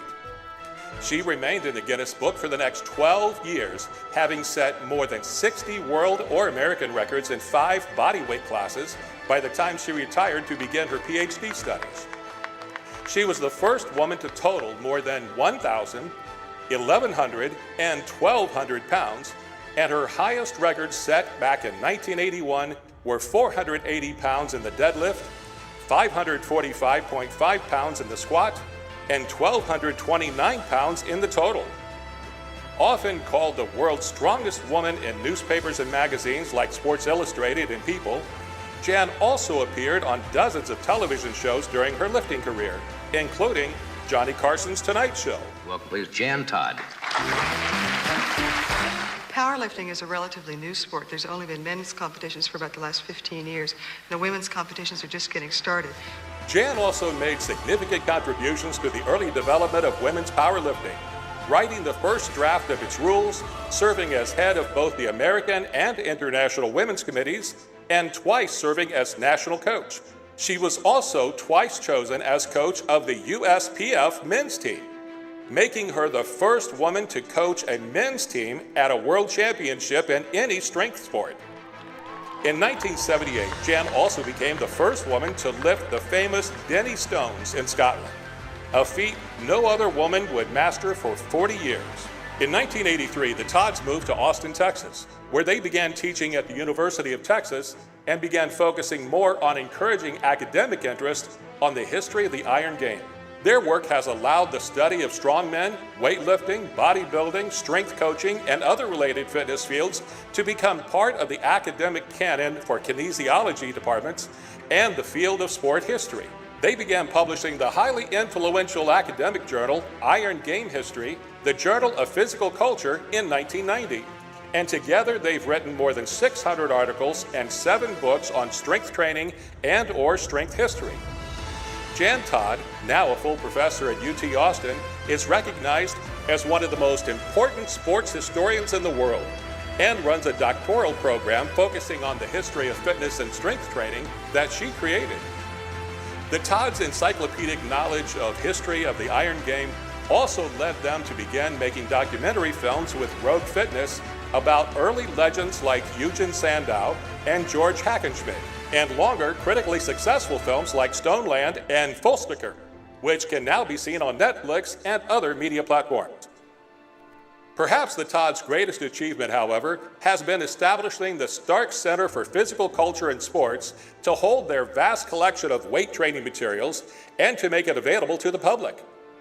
Located in a 30,000 square foot facility in the UT football stadium, the center contains more than 40,000 books, nearly every muscle magazine published in the English language, thousands of photographs, rare strongman posters from the turn of the 20th century, antique dumbbells and barbells, and artifacts and personal papers from dozens of important figures in our field, such as Louis Cyr, Warren Lincoln Travis, Joe and Betty Weeder, Pudgy Stockton, Eugen Sandow, Bob Hoffman, Tommy Kono, George Jowett, Chris Dickerson, Dr. Bob Goldman, Milo Steenborn, George Hackenschmidt, and many others. And last but certainly not least, in 2002, when Arnold Schwarzenegger and Jim Lorimer asked Terry to create a strongman contest for the Arnold Sports Festival, no one could have foreseen that he would come up with ideas that would totally transform the sport. The Arnold Strongman Classic, Terry envisioned,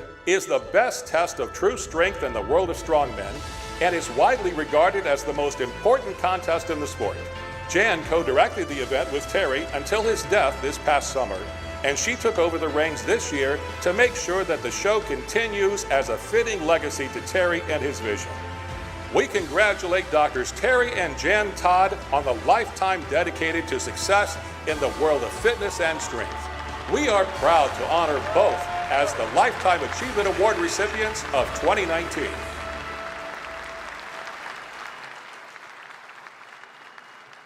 And join me in congratulating the recipient of this year's Lifetime Achievement Award, Jan Todd, and the award to be presented by Arnold Schwarzenegger.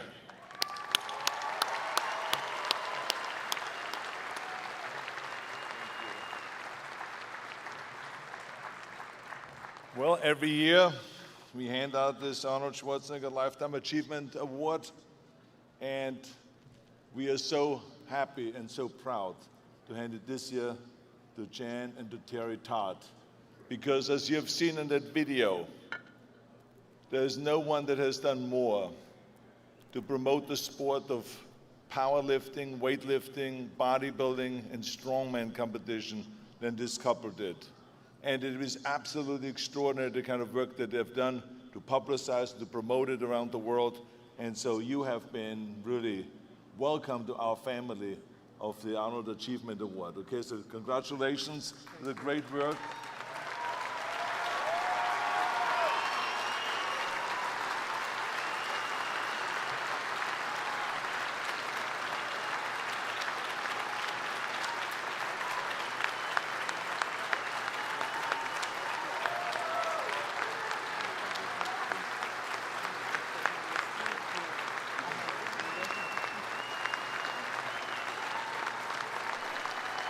Thank you.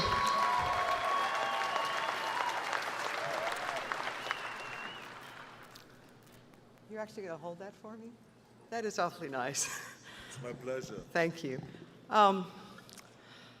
Thank you, everybody. Thank you for the kind welcome. Thank you, obviously, to Arnold and Jim and Bob Lorimer for doing this for us. This is obviously what I would have to say a somewhat bittersweet moment for me. The honor and pride that I feel tonight is, of course, tempered by the fact that Terry is not here to stand beside me.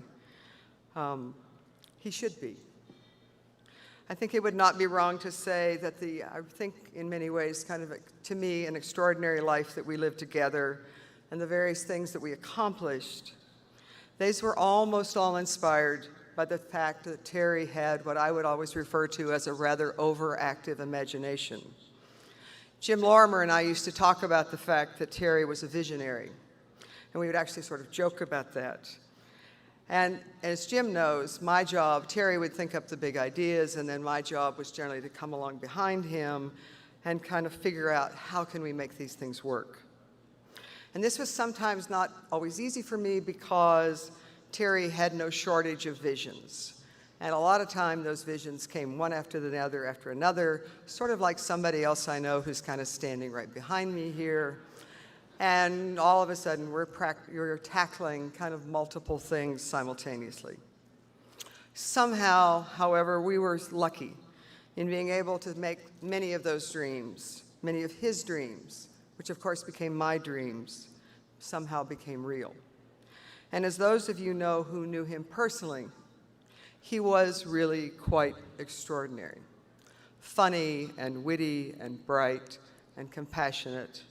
And there was nothing that he loved more than thinking about strength and talking about strength and being around the strongest people in the world. When I married Terry Todd 45 years ago, I could never have imagined a future at that time, this was 1973, in which I would one day be standing on a stage. Think about this. I'm standing on a stage with a former Mr. Olympia, who has also become the governor of California, and now he has become the champion for the environment, for voting rights, and for children.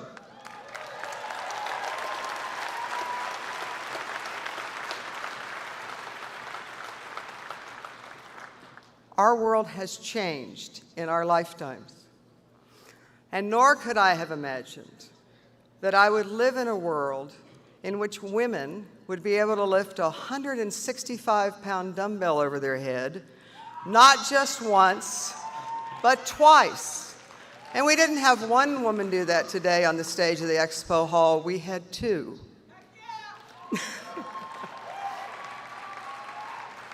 And I certainly could not, at the age of 21, having grown up in the era before Title IX, when weight training was largely shunned by everybody, not just women, and when women like myself went to high schools and universities where we didn't play women's sports pretty much at all, let alone do weightlifting or bodybuilding, nor could I have imagined coming out of that early part of my life that I would one day count among my closest friends those noble giants who just competed on this stage.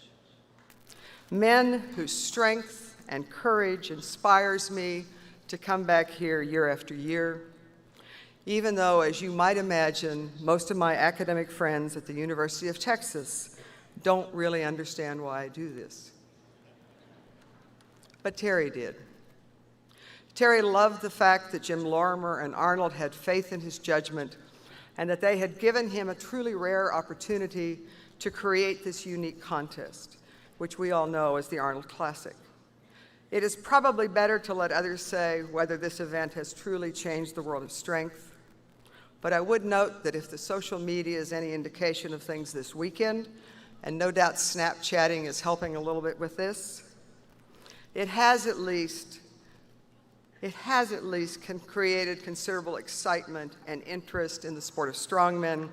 And based on what I'm reading online, a lot of people have been very inspired by what happened here in Columbus.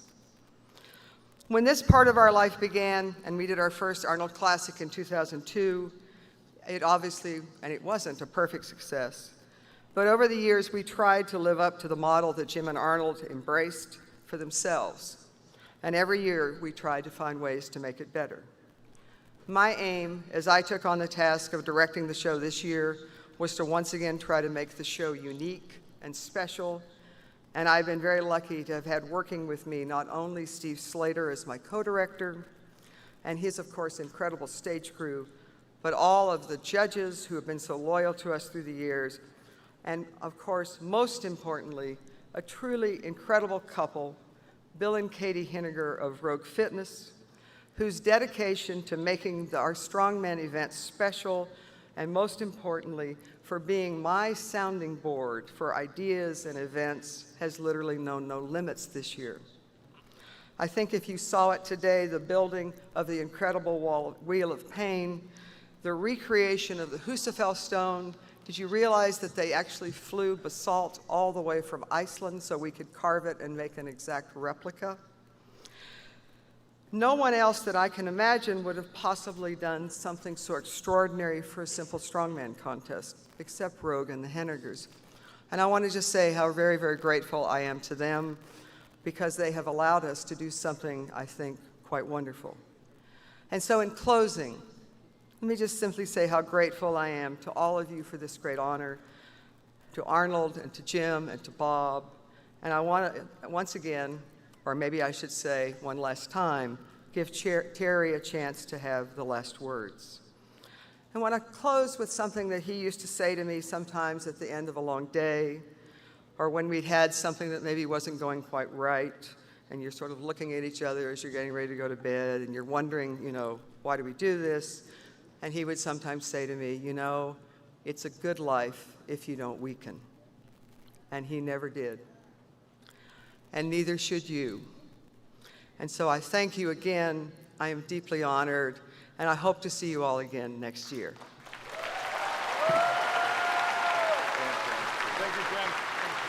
Thank you, Jen. Can we ask you and Arnold to move out into the center with your award? And we're going to ask all of our former champions to join in for a photograph. If you go to the middle of the stage now, and welcome back all of our former champions, Mark Henry. There we go. Mark Henry, Zydrunas Savickas, Derek Poundstone, Brian Shaw, Vitalis Lalas, and Hep for Julius Bjornsson. And this award and photograph is in honor of Terry Todd and respect to Jan and Terry.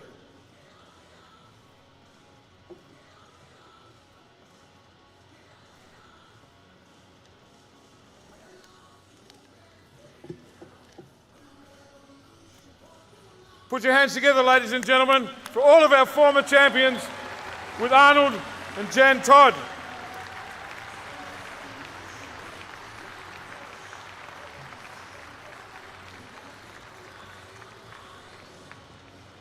Thank you, gentlemen. Thank you, thank you, thank you. Now, Mark Henry, I need you back over here. Mark, back to work. Let's welcome back Mark Henry and Matt Eisman for our Strongman Awards. Thank you, Matt.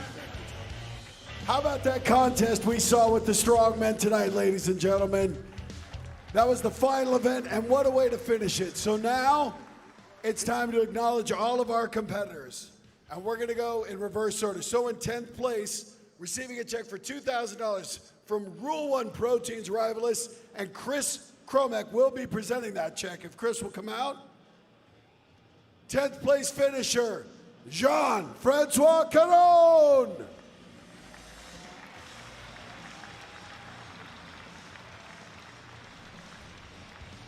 We have the check? Who's getting that?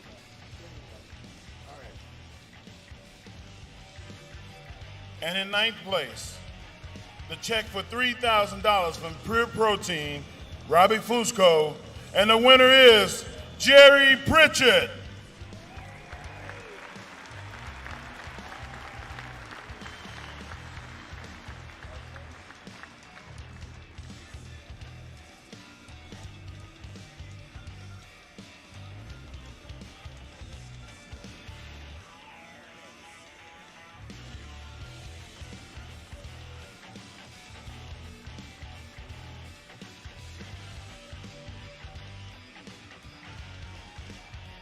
In 8th place, receiving a check for $4,000 from Metrex, Taylor Creed will be presenting it. The 8th place finisher, the 3-time former champion, Brian Shaw.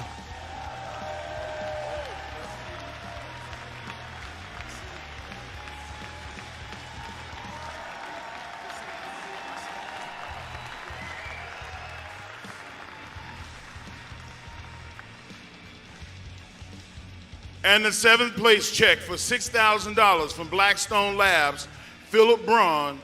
The winner is Alexi Novikov.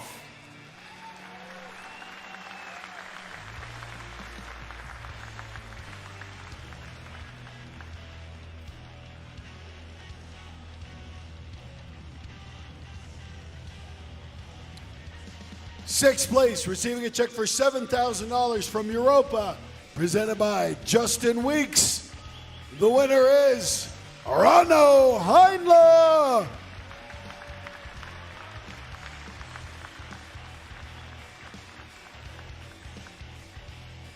And the 5th place check for $10,000 from Jan Tanner, and the winner is Matthias Belschock.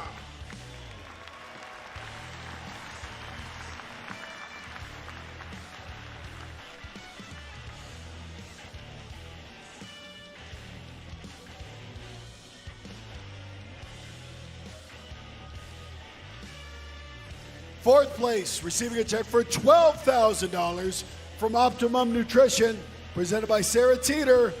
The winner, Mikhail Shivlyakov.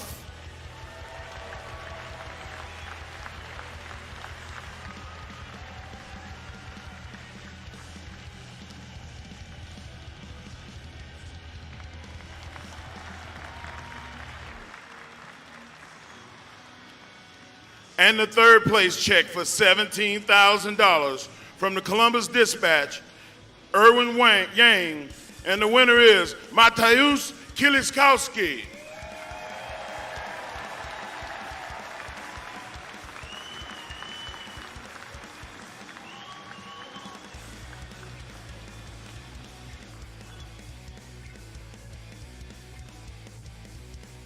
And in second place, receiving a check for $22,000 from Monster Energy Muscle Monster, presented by Natalie Eva Marie. And the winner is the man who almost killed the governor with the stone, Martins the Dragon Lises.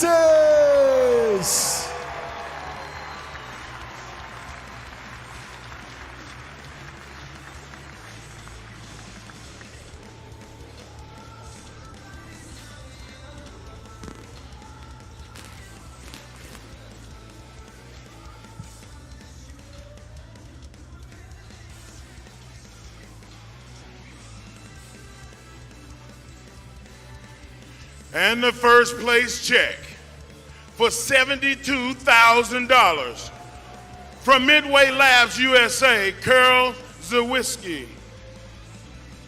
And the winner is Hafthor Julius Bierson.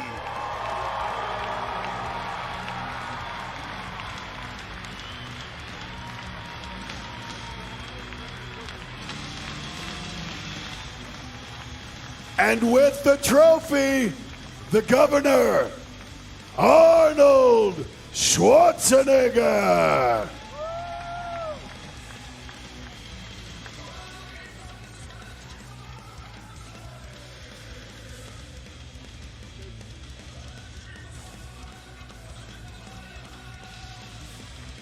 And your Arnold Strongman winner, Hafthor Julius Bjornsson.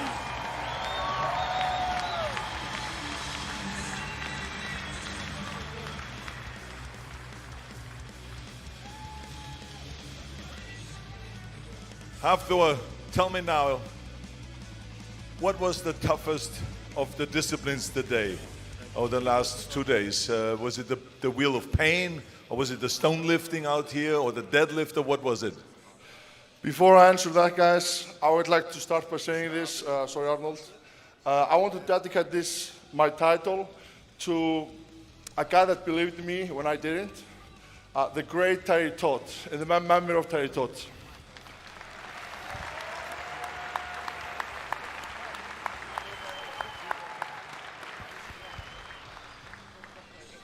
Okay, so to answer your question, take it easy.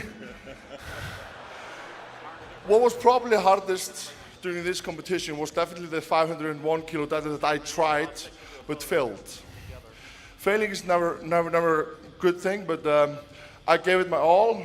Got up to my knees, but I wasn't able to finish the lift. But yeah, that was probably, the toughest lift of the weekend.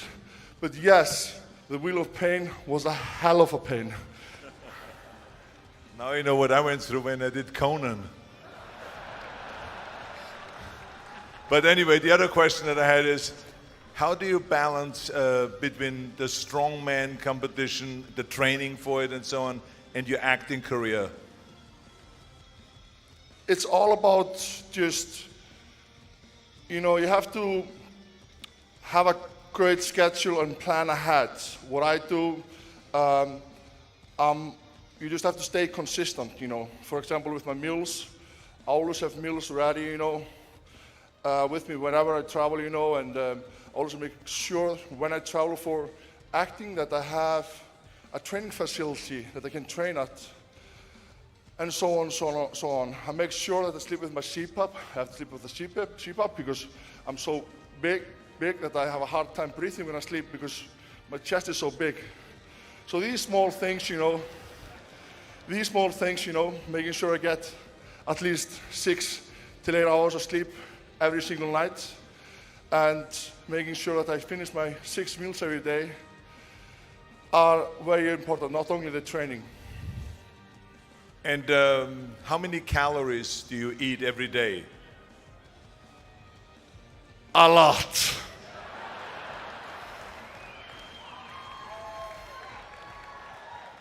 So you don't want to say a number. Is it 10,000? Yeah, it's roughly 10,000 calories. I eat a lot every day, a lot of steak and rice, some sweet potatoes, meat-wise, mostly steak. Very nice. Write that down, okay, guys? And then what are you going to have for dinner tonight when this is all finished? Steak and a potato. Very nice. All right, let's give Hafthor a big hand for being a big star on the screen, the big star on the stage. Okay, hold on a second. Here, hold this.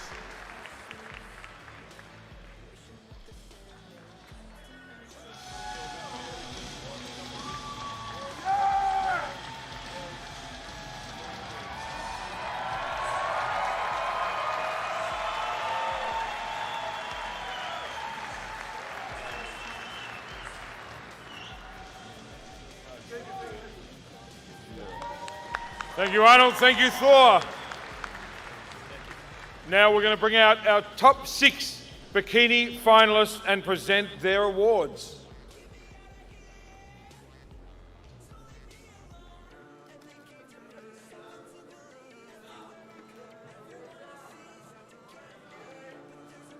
There they are, ladies and gentlemen. Presenting our 6th place award, check for $1,000 and a trophy, Representing Blackstone Labs, PJ Braun, and from MetaX, Taylor Creed, and that goes to Lorelie Chapados.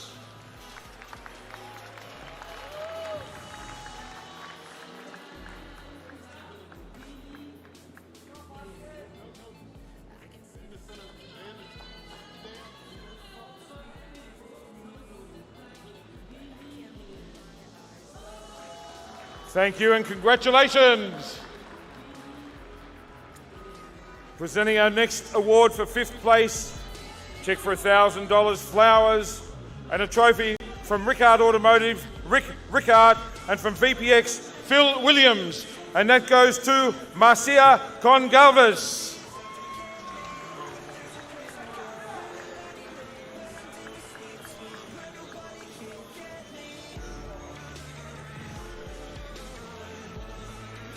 Thank you and congratulations.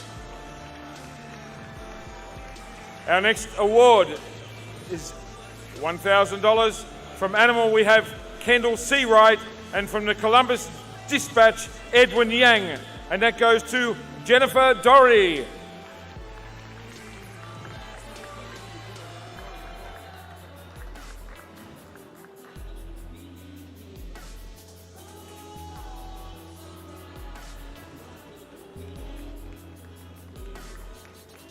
Thank you and congratulations. We have from Optimum Nutrition, Sarah Tita, and from Jan Tana, of course, Jan Tana, with a check for $2,000 and a trophy for 3rd place, and that goes to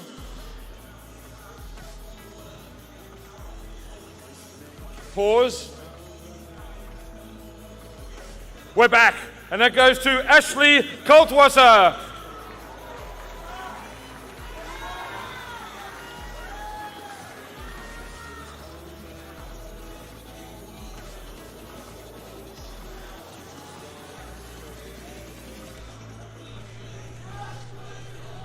Congratulations, Ashley. Thank you. And in 2nd place, check for $3,000 from Europa, we have Justin Weeks. From Allmax, Sarah Fowler. The winner of our 2nd place award is Elisa Pacini.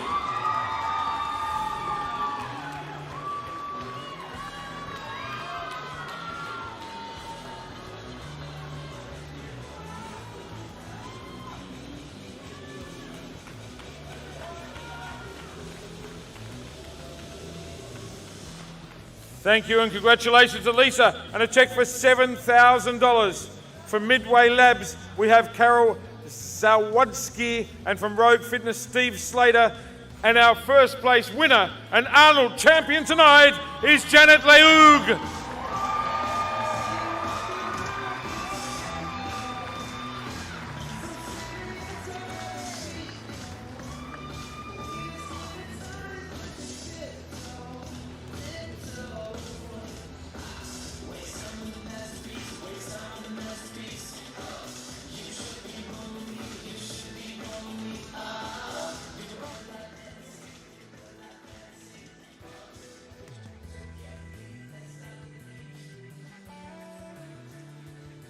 Well, Janet, congratulations.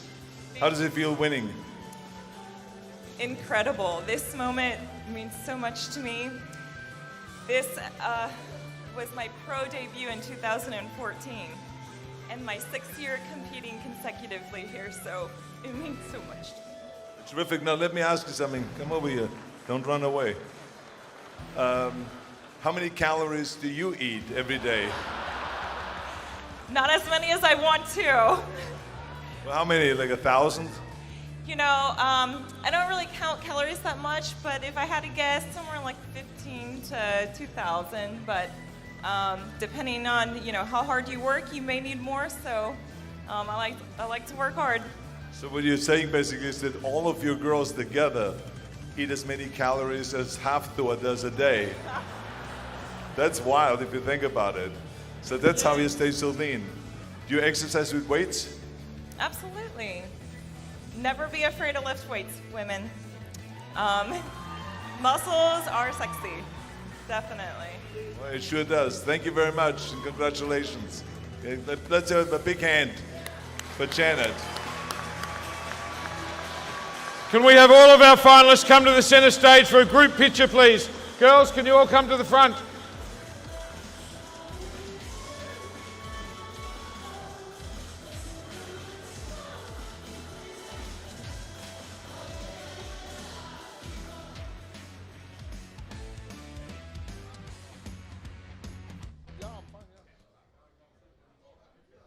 All right, Bob Chick backstage, and we're here with the now two-time champ at the Arnold Classic Strongman, Hafthor. Congratulations. Thank you so much, my friend. Thank you so much. So, tell me about this stone, man. I mean, this thing just looks impossible to pick up. Now, obviously, you were ahead in the point, so you didn't have to go crazy out there. But, you know, one time on the shoulders and up. But how awkward is that?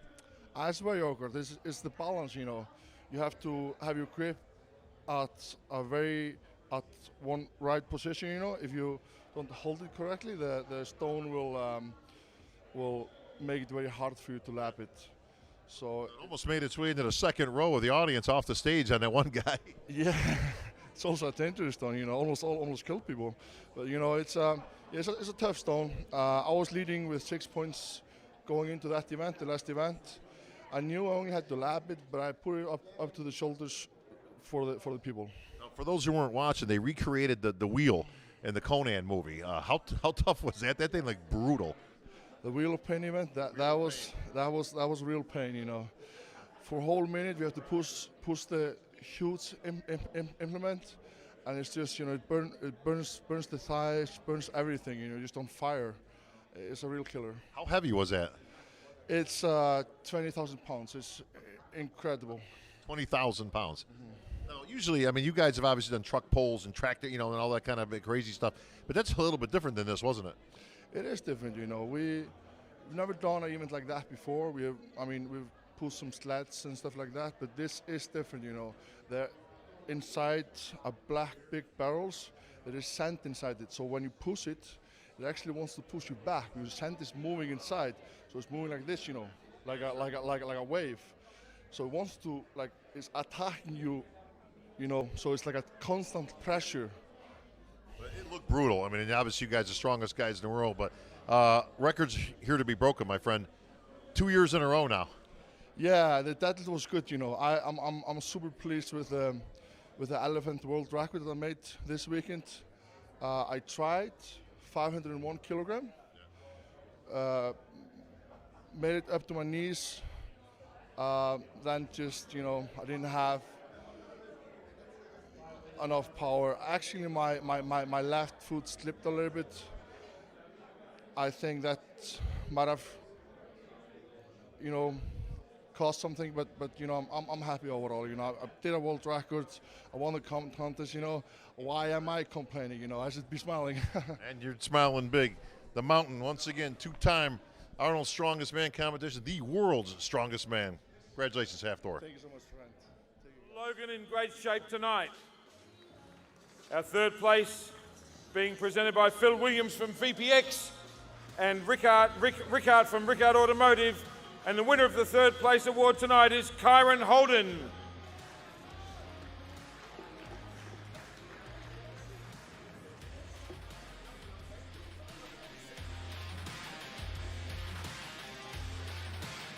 Congratulations. Olha aí, cavalos, o show já pulou direto para as finais da Men's Physique. Infelizmente não temos o Diogo Montenegro nas finais. Ele não estava bem hoje. Não sei o motivo, mas infelizmente não temos o nosso brasileiro aí nos representando. E aí, dobradinha novamente, mais um top 2 com esses caras. Raymond, segundo lugar, e André, primeiro, campeão novamente do Arnold Classic. Merecido. 2 cavalos de grande porte, 2 negões monstros da Men's Physique. Raymond. And from Midway Labs, Carol Zawodzki, and from Rogue Fitness. Que ele tem de feio de cara, ele tem de shape. O shape dele é incrível, cara. And our winner and physique champion tonight is o bicho não é bonito não. Ferguson. André Ferguson. Muito bacana, o abdômen dele é sensacional.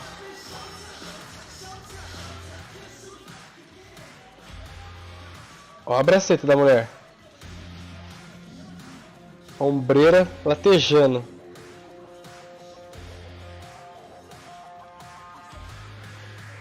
Mudou o troféu, né? Antes era tipo um canecão.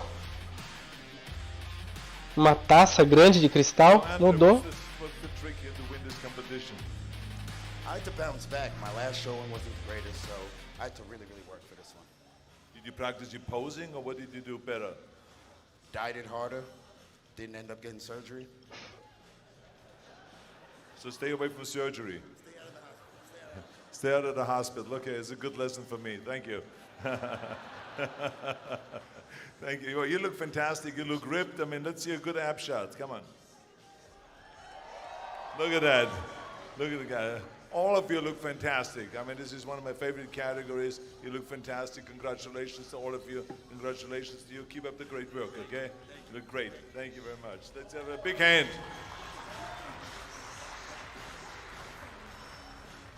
Let's get all of our winners together in the middle for your photograph. Achei ele meio marrentão na entrevista. O Arnold também nem deu muita bola pra ele. Achei ele muito... Como posso dizer... malandrão.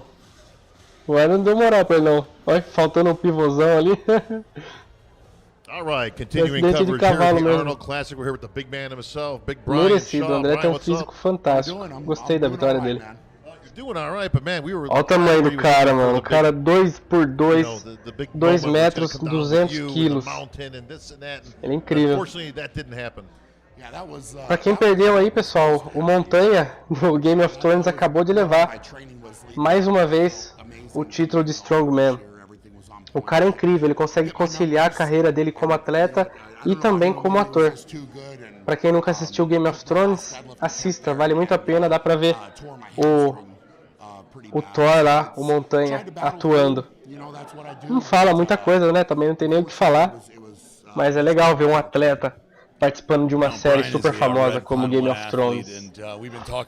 Fiquem aí, cavalos, não fujam. Vai começar as finais. Rafael Brandão, sei lá, cara, tá difícil. Ele ficou fora ali do último confronto, ficou de lado. Na melhor das hipóteses, ele pode ainda ficar em sexto. Vamos torcer para que dê tudo certo. It was really crazy how well the training was going. I mean, I was texting you. I posted several different things kind of on either YouTube or Instagram or whatever, and the lifts were crazy, man. I mean, I was really strong coming in here, and it just like I said, it just that one instant, you know, tear that hamstring, and all the hard work, you know, you can't put it on display, and that's for me, that's the most frustrating part, is not being able to perform to the standard that I know I can. That's the thing, right? But Bob and me are commentating on bodybuilding, and there's never really a moment in bodybuilding where you're like, oh, he didn't hit the whatever, right? But for you, one small instance changes the trajectory of everything. Well, I mean, people don't, you know, because of the nature of the beast, this was obviously lifting ridiculously huge objects and things. I don't, you know, people that don't know any better don't know it's such a precise sport. You know, we were just talking a little off camera, Brian, about the deadlift. You know, about the bar. You know, the bar, if it's got any bounce to it, as you're picking it up, the bounce it's bringing the weight down. When you got 1,000 pounds on the bar, it makes a difference. Sure. Yeah. I mean, at those at those kind of weights, everything needs to be dead on, and especially this bar at the Arnold is very unique because it has more play in it. It really comes alive a lot more than even a normal deadlift bar, and you know, there's not only myself. I mean, there was a couple other guys that got hurt on that event. You know, so it's who knows what will happen in the future with it, but it's a very unforgiving deadlift for sure. Well, speaking of unforgiving, talk to me and Aaron about the Wheel of Pain. Yeah, that was a unique event. It was a spectacle. You know, they put a lot into building that. You know, it's a new event at the Arnold. For us, we've never done anything like that at all, and you know, it was intense, man. I mean, it looked brutal. Yeah, well, that's what it is. It's like a truck pull for 60 seconds that never gets easier, you know. And yeah, it's different. It's different. I mean, looking back, I would probably, you know, obviously besides not being hurt, I'd probably prep a little bit different for that one. But it's very out of the wheelhouse, you know. For yeah, literally, it's a good. Nice one, Brian. Yeah, I wasn't even trying, but that works, man. Yeah, it was crazy. It was crazy. A couple guys really went down and had some problems. You know, that kind of work capacity is, for 60 seconds all out, is a lot. Aaron, how proud are you of this guy? I mean, you had the vision to bring Brian on. Now, traditionally, most supplement companies in our industry, they go with the bodybuilders. And the bodybuilders represent. And listen, there's some great ones out there. You've had some great ones on board. But talk to me about bringing Brian on and how that kind of changed the scope of Redcon 1. So for when I look at an athlete or determine will they fit, right? It's always a difficult decision because you have to not only if you know what you're doing in sports supplements or really anything in general, when you find an ambassador or representative, it doesn't just need to be somebody popular. It needs to be somebody who fits the brand. And for Redcon 1, it's difficult because we have blue collar work ethics where we have a real brand image. And so to find somebody perfect, actually Brian reached out to me. And when we got on the phone, I was like, man, there couldn't be anybody better.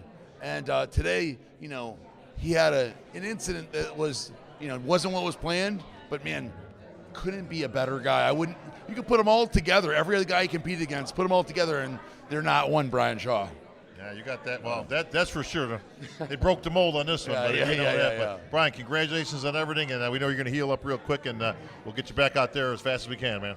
Hey, that sounds good. I appreciate it, guys. Thank you very much. All right. Thank you, Brian. Absolutely. You got it.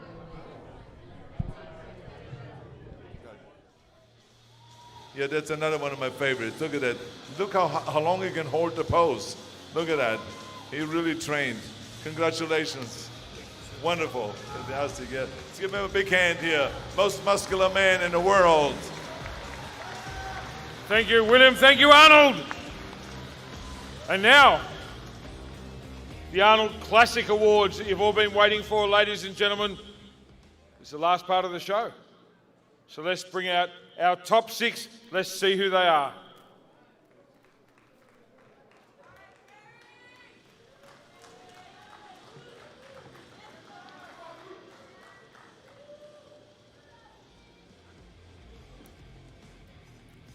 Presenting the 6th place medal, Rickard from Rickard Automotive and Natalie Eva Marie from Muscle Monster, and the winner of that $10,000 check in 6th place, Steve Kuklo.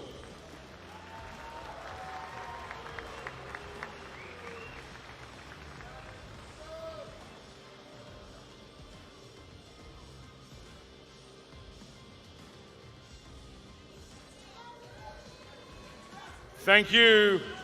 Well done, Steve.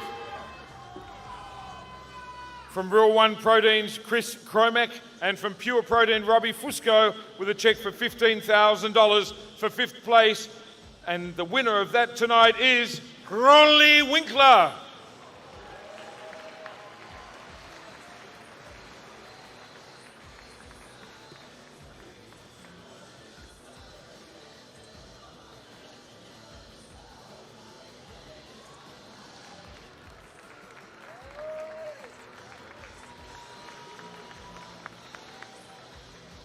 Congratulations, Rolly. From Allmax, Sarah Fowler from Blackstone Labs, PJ Braun. 4th place, a check for $30,000. And our 4th place winner tonight is Cedric McMillan.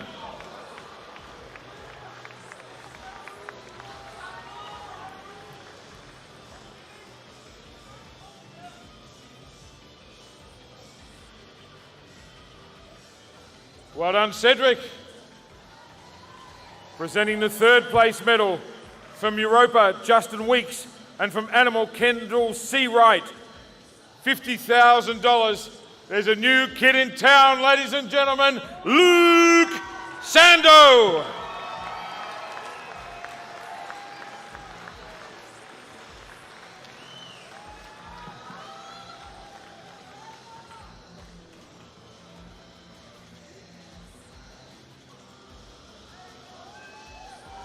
Congratulations, Luke.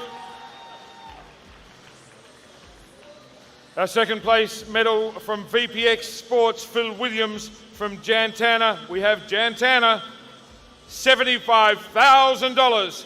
In 2nd place tonight, ladies and gentlemen, William Bonack.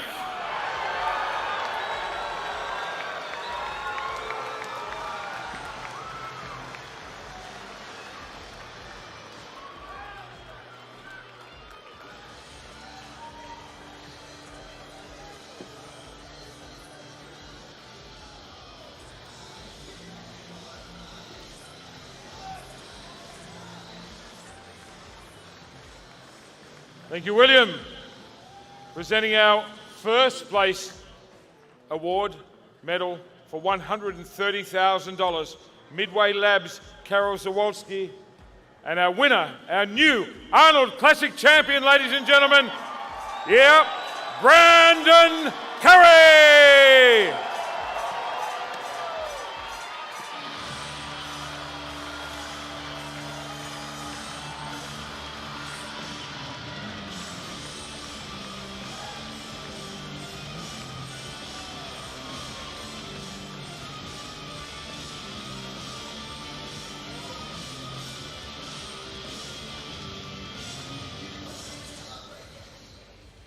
So let's hear it. What made you so perfect? Well, man, God is good, man. Good genetics, man. Good coaching. Coach Abdullah, Oxygen Gym, Battle Die. My wife supported me. My kids being here supported me. I got the best team in the world. That's what you see. But what did you do physically? Okay, a lot of those competitors have their wives here, they have their kids here, they have their coaches here. But what is the difference between your training and their training? What, did you train more?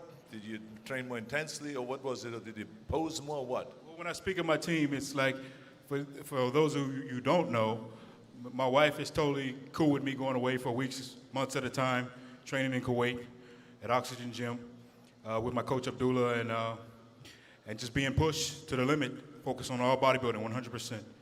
Not have to worry about anything. Those guys take care of me. My coach is with me every day, cardio, weight training. He's all in, looking at me every day. And how much training did you do every day, when you say every day? I mean, pretty much we have one day of rest, but pretty much every day we're in the gym at least a couple of hours, and then that's not even counting cardio. So depending on how much cardio we're doing, of course we do more to start, less to finish, because once we're in shape, we're going to baby the body a little bit, you know. And how much practicing did you do the posing? Well, the practicing, we pose every day. I mean, every day we literally pose, but 2 times a week he really wants to look at me, make sure I'm posing right, make sure I'm hitting all my shots right. And then when it comes to the routine, it's a lot of visualization. It's a lot of feeling the music, and it's a lot of just making sure you can see yourself in hitting those shots. And then when you go to practice, everything makes it easier, you know. And what's the percentage that has to do with diet versus training? That's an even ball game. I mean, we're in this sport because we like to train, right? That's why we're in this sport, right? So most of that is easy. But when it comes to the discipline of diet and the little fine-tuned adjustments, your coach looking over everything, seeing how your body responds to this and that makes probably the biggest difference when it comes to all those types that like to train, like to work out, like to be in the gym. So that separates the gym rats from the bodybuilders. Well, thank you very much. You're a great champion. And this is the second Arnold Classic that you've won, and you won a third. Oh, you won in Australia?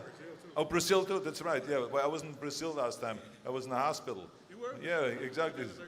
In 2013, yeah, but no, the last year. Okay, well, congratulations. You look fantastic, and we see you very soon in Australia. Yes. Okay, good. See you, bye-bye. Give him a big hand, come on. Now let me do a quick selfie here, and then a Snapchat. Hold on a second.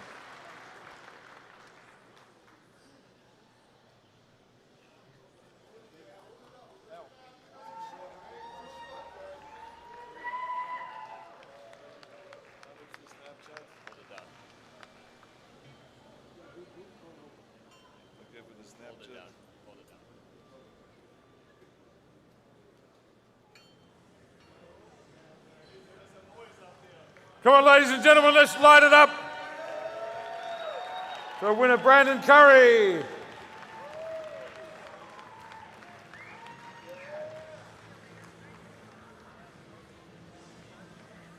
And thank you, Arnold Schwarzenegger.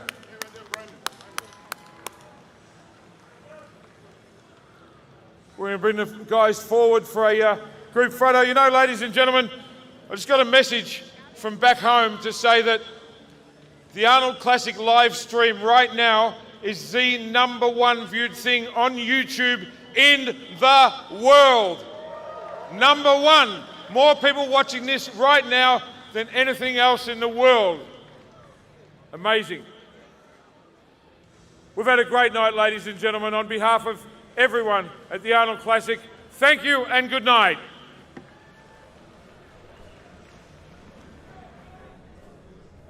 All right, here he is, the man himself, Arnold. Great to be back in Columbus once again. This is my young boy, Nick. He's nice to meet you. The next generation coming in here, so this is a great honor. Once again, congratulations on a great weekend. Wow, what a fantastic show, and Brandon Curry, and what a representative of the Arnold Classic winner. Well, I tell you, I was really impressed this time. You know, we have talked now several times when we did our Q&As at the Arnold Classic, and we have another one tomorrow. But we talked about, you know, the quality of posing and the you know, how long they hold the poses, and they felt like they were not in shape and they couldn't put in the stomach, and all of the stuff I was complaining about. But all of that is now getting eliminated, you know, so you've seen this time fantastic posing routines, very thoughtful. Everyone had their own kind of interesting music. They kept their waist in. No one stuck the stomach out. So I think it really registered, and I think that the very fact that we're giving money also for best poser and most muscular, so guys are concentrating on those things also. And you know, this is what it's all about, is, you know, to concentrate on being the most muscular, to be the best poser, to have the best body symmetry, and that's how you win the competition. End of story. Yeah, absolutely. Yeah. So this is the second year at the Arnold Classic that you had the Classic Physique division. I wanted to ask you, if you were still competing today, would you compete in Classic or Men's Open? I would compete in Men's Open competition, but I mean, I think that we have the Classic competition because today that the bodies look so different, and also what people are taking is so different. So it's like a different kind of almost a different kind of a competition. So the idea of the V-shaped body, the really lean waist, the abdominals, and kind of the wide shoulders, small waist, that kind of a look, and the symmetrical look, and the kind of look that when you walk on the beach, people look at that and say, oh man, I would love to have a body like that. You know, that kind of era is gone, so this is why we didn't want to make it gone. We wanted to bring it back and to have people have a choice. So today we have a double. We have the monsters, we have the really ripped big guys that are very muscular, that weigh 300 pounds, and we also have the symmetrical guy, the classic physique guys. So people really enjoyed it, and as you could see the difference, I mean, the guys yesterday in the classical physique, I mean, they all could hear a major vacuum. Yeah, I mean, did you see that? The difference because of what they take. So I think it's really great to see this classical physique, and so I think that the people today, the spectators, are enriched to have both. Arnold, I'm so glad you're still here with us. The whole place got a collective gasp when a 400-pound stone came rolling off the front of the stage right by where you were sitting, and the whole place went, oh my God.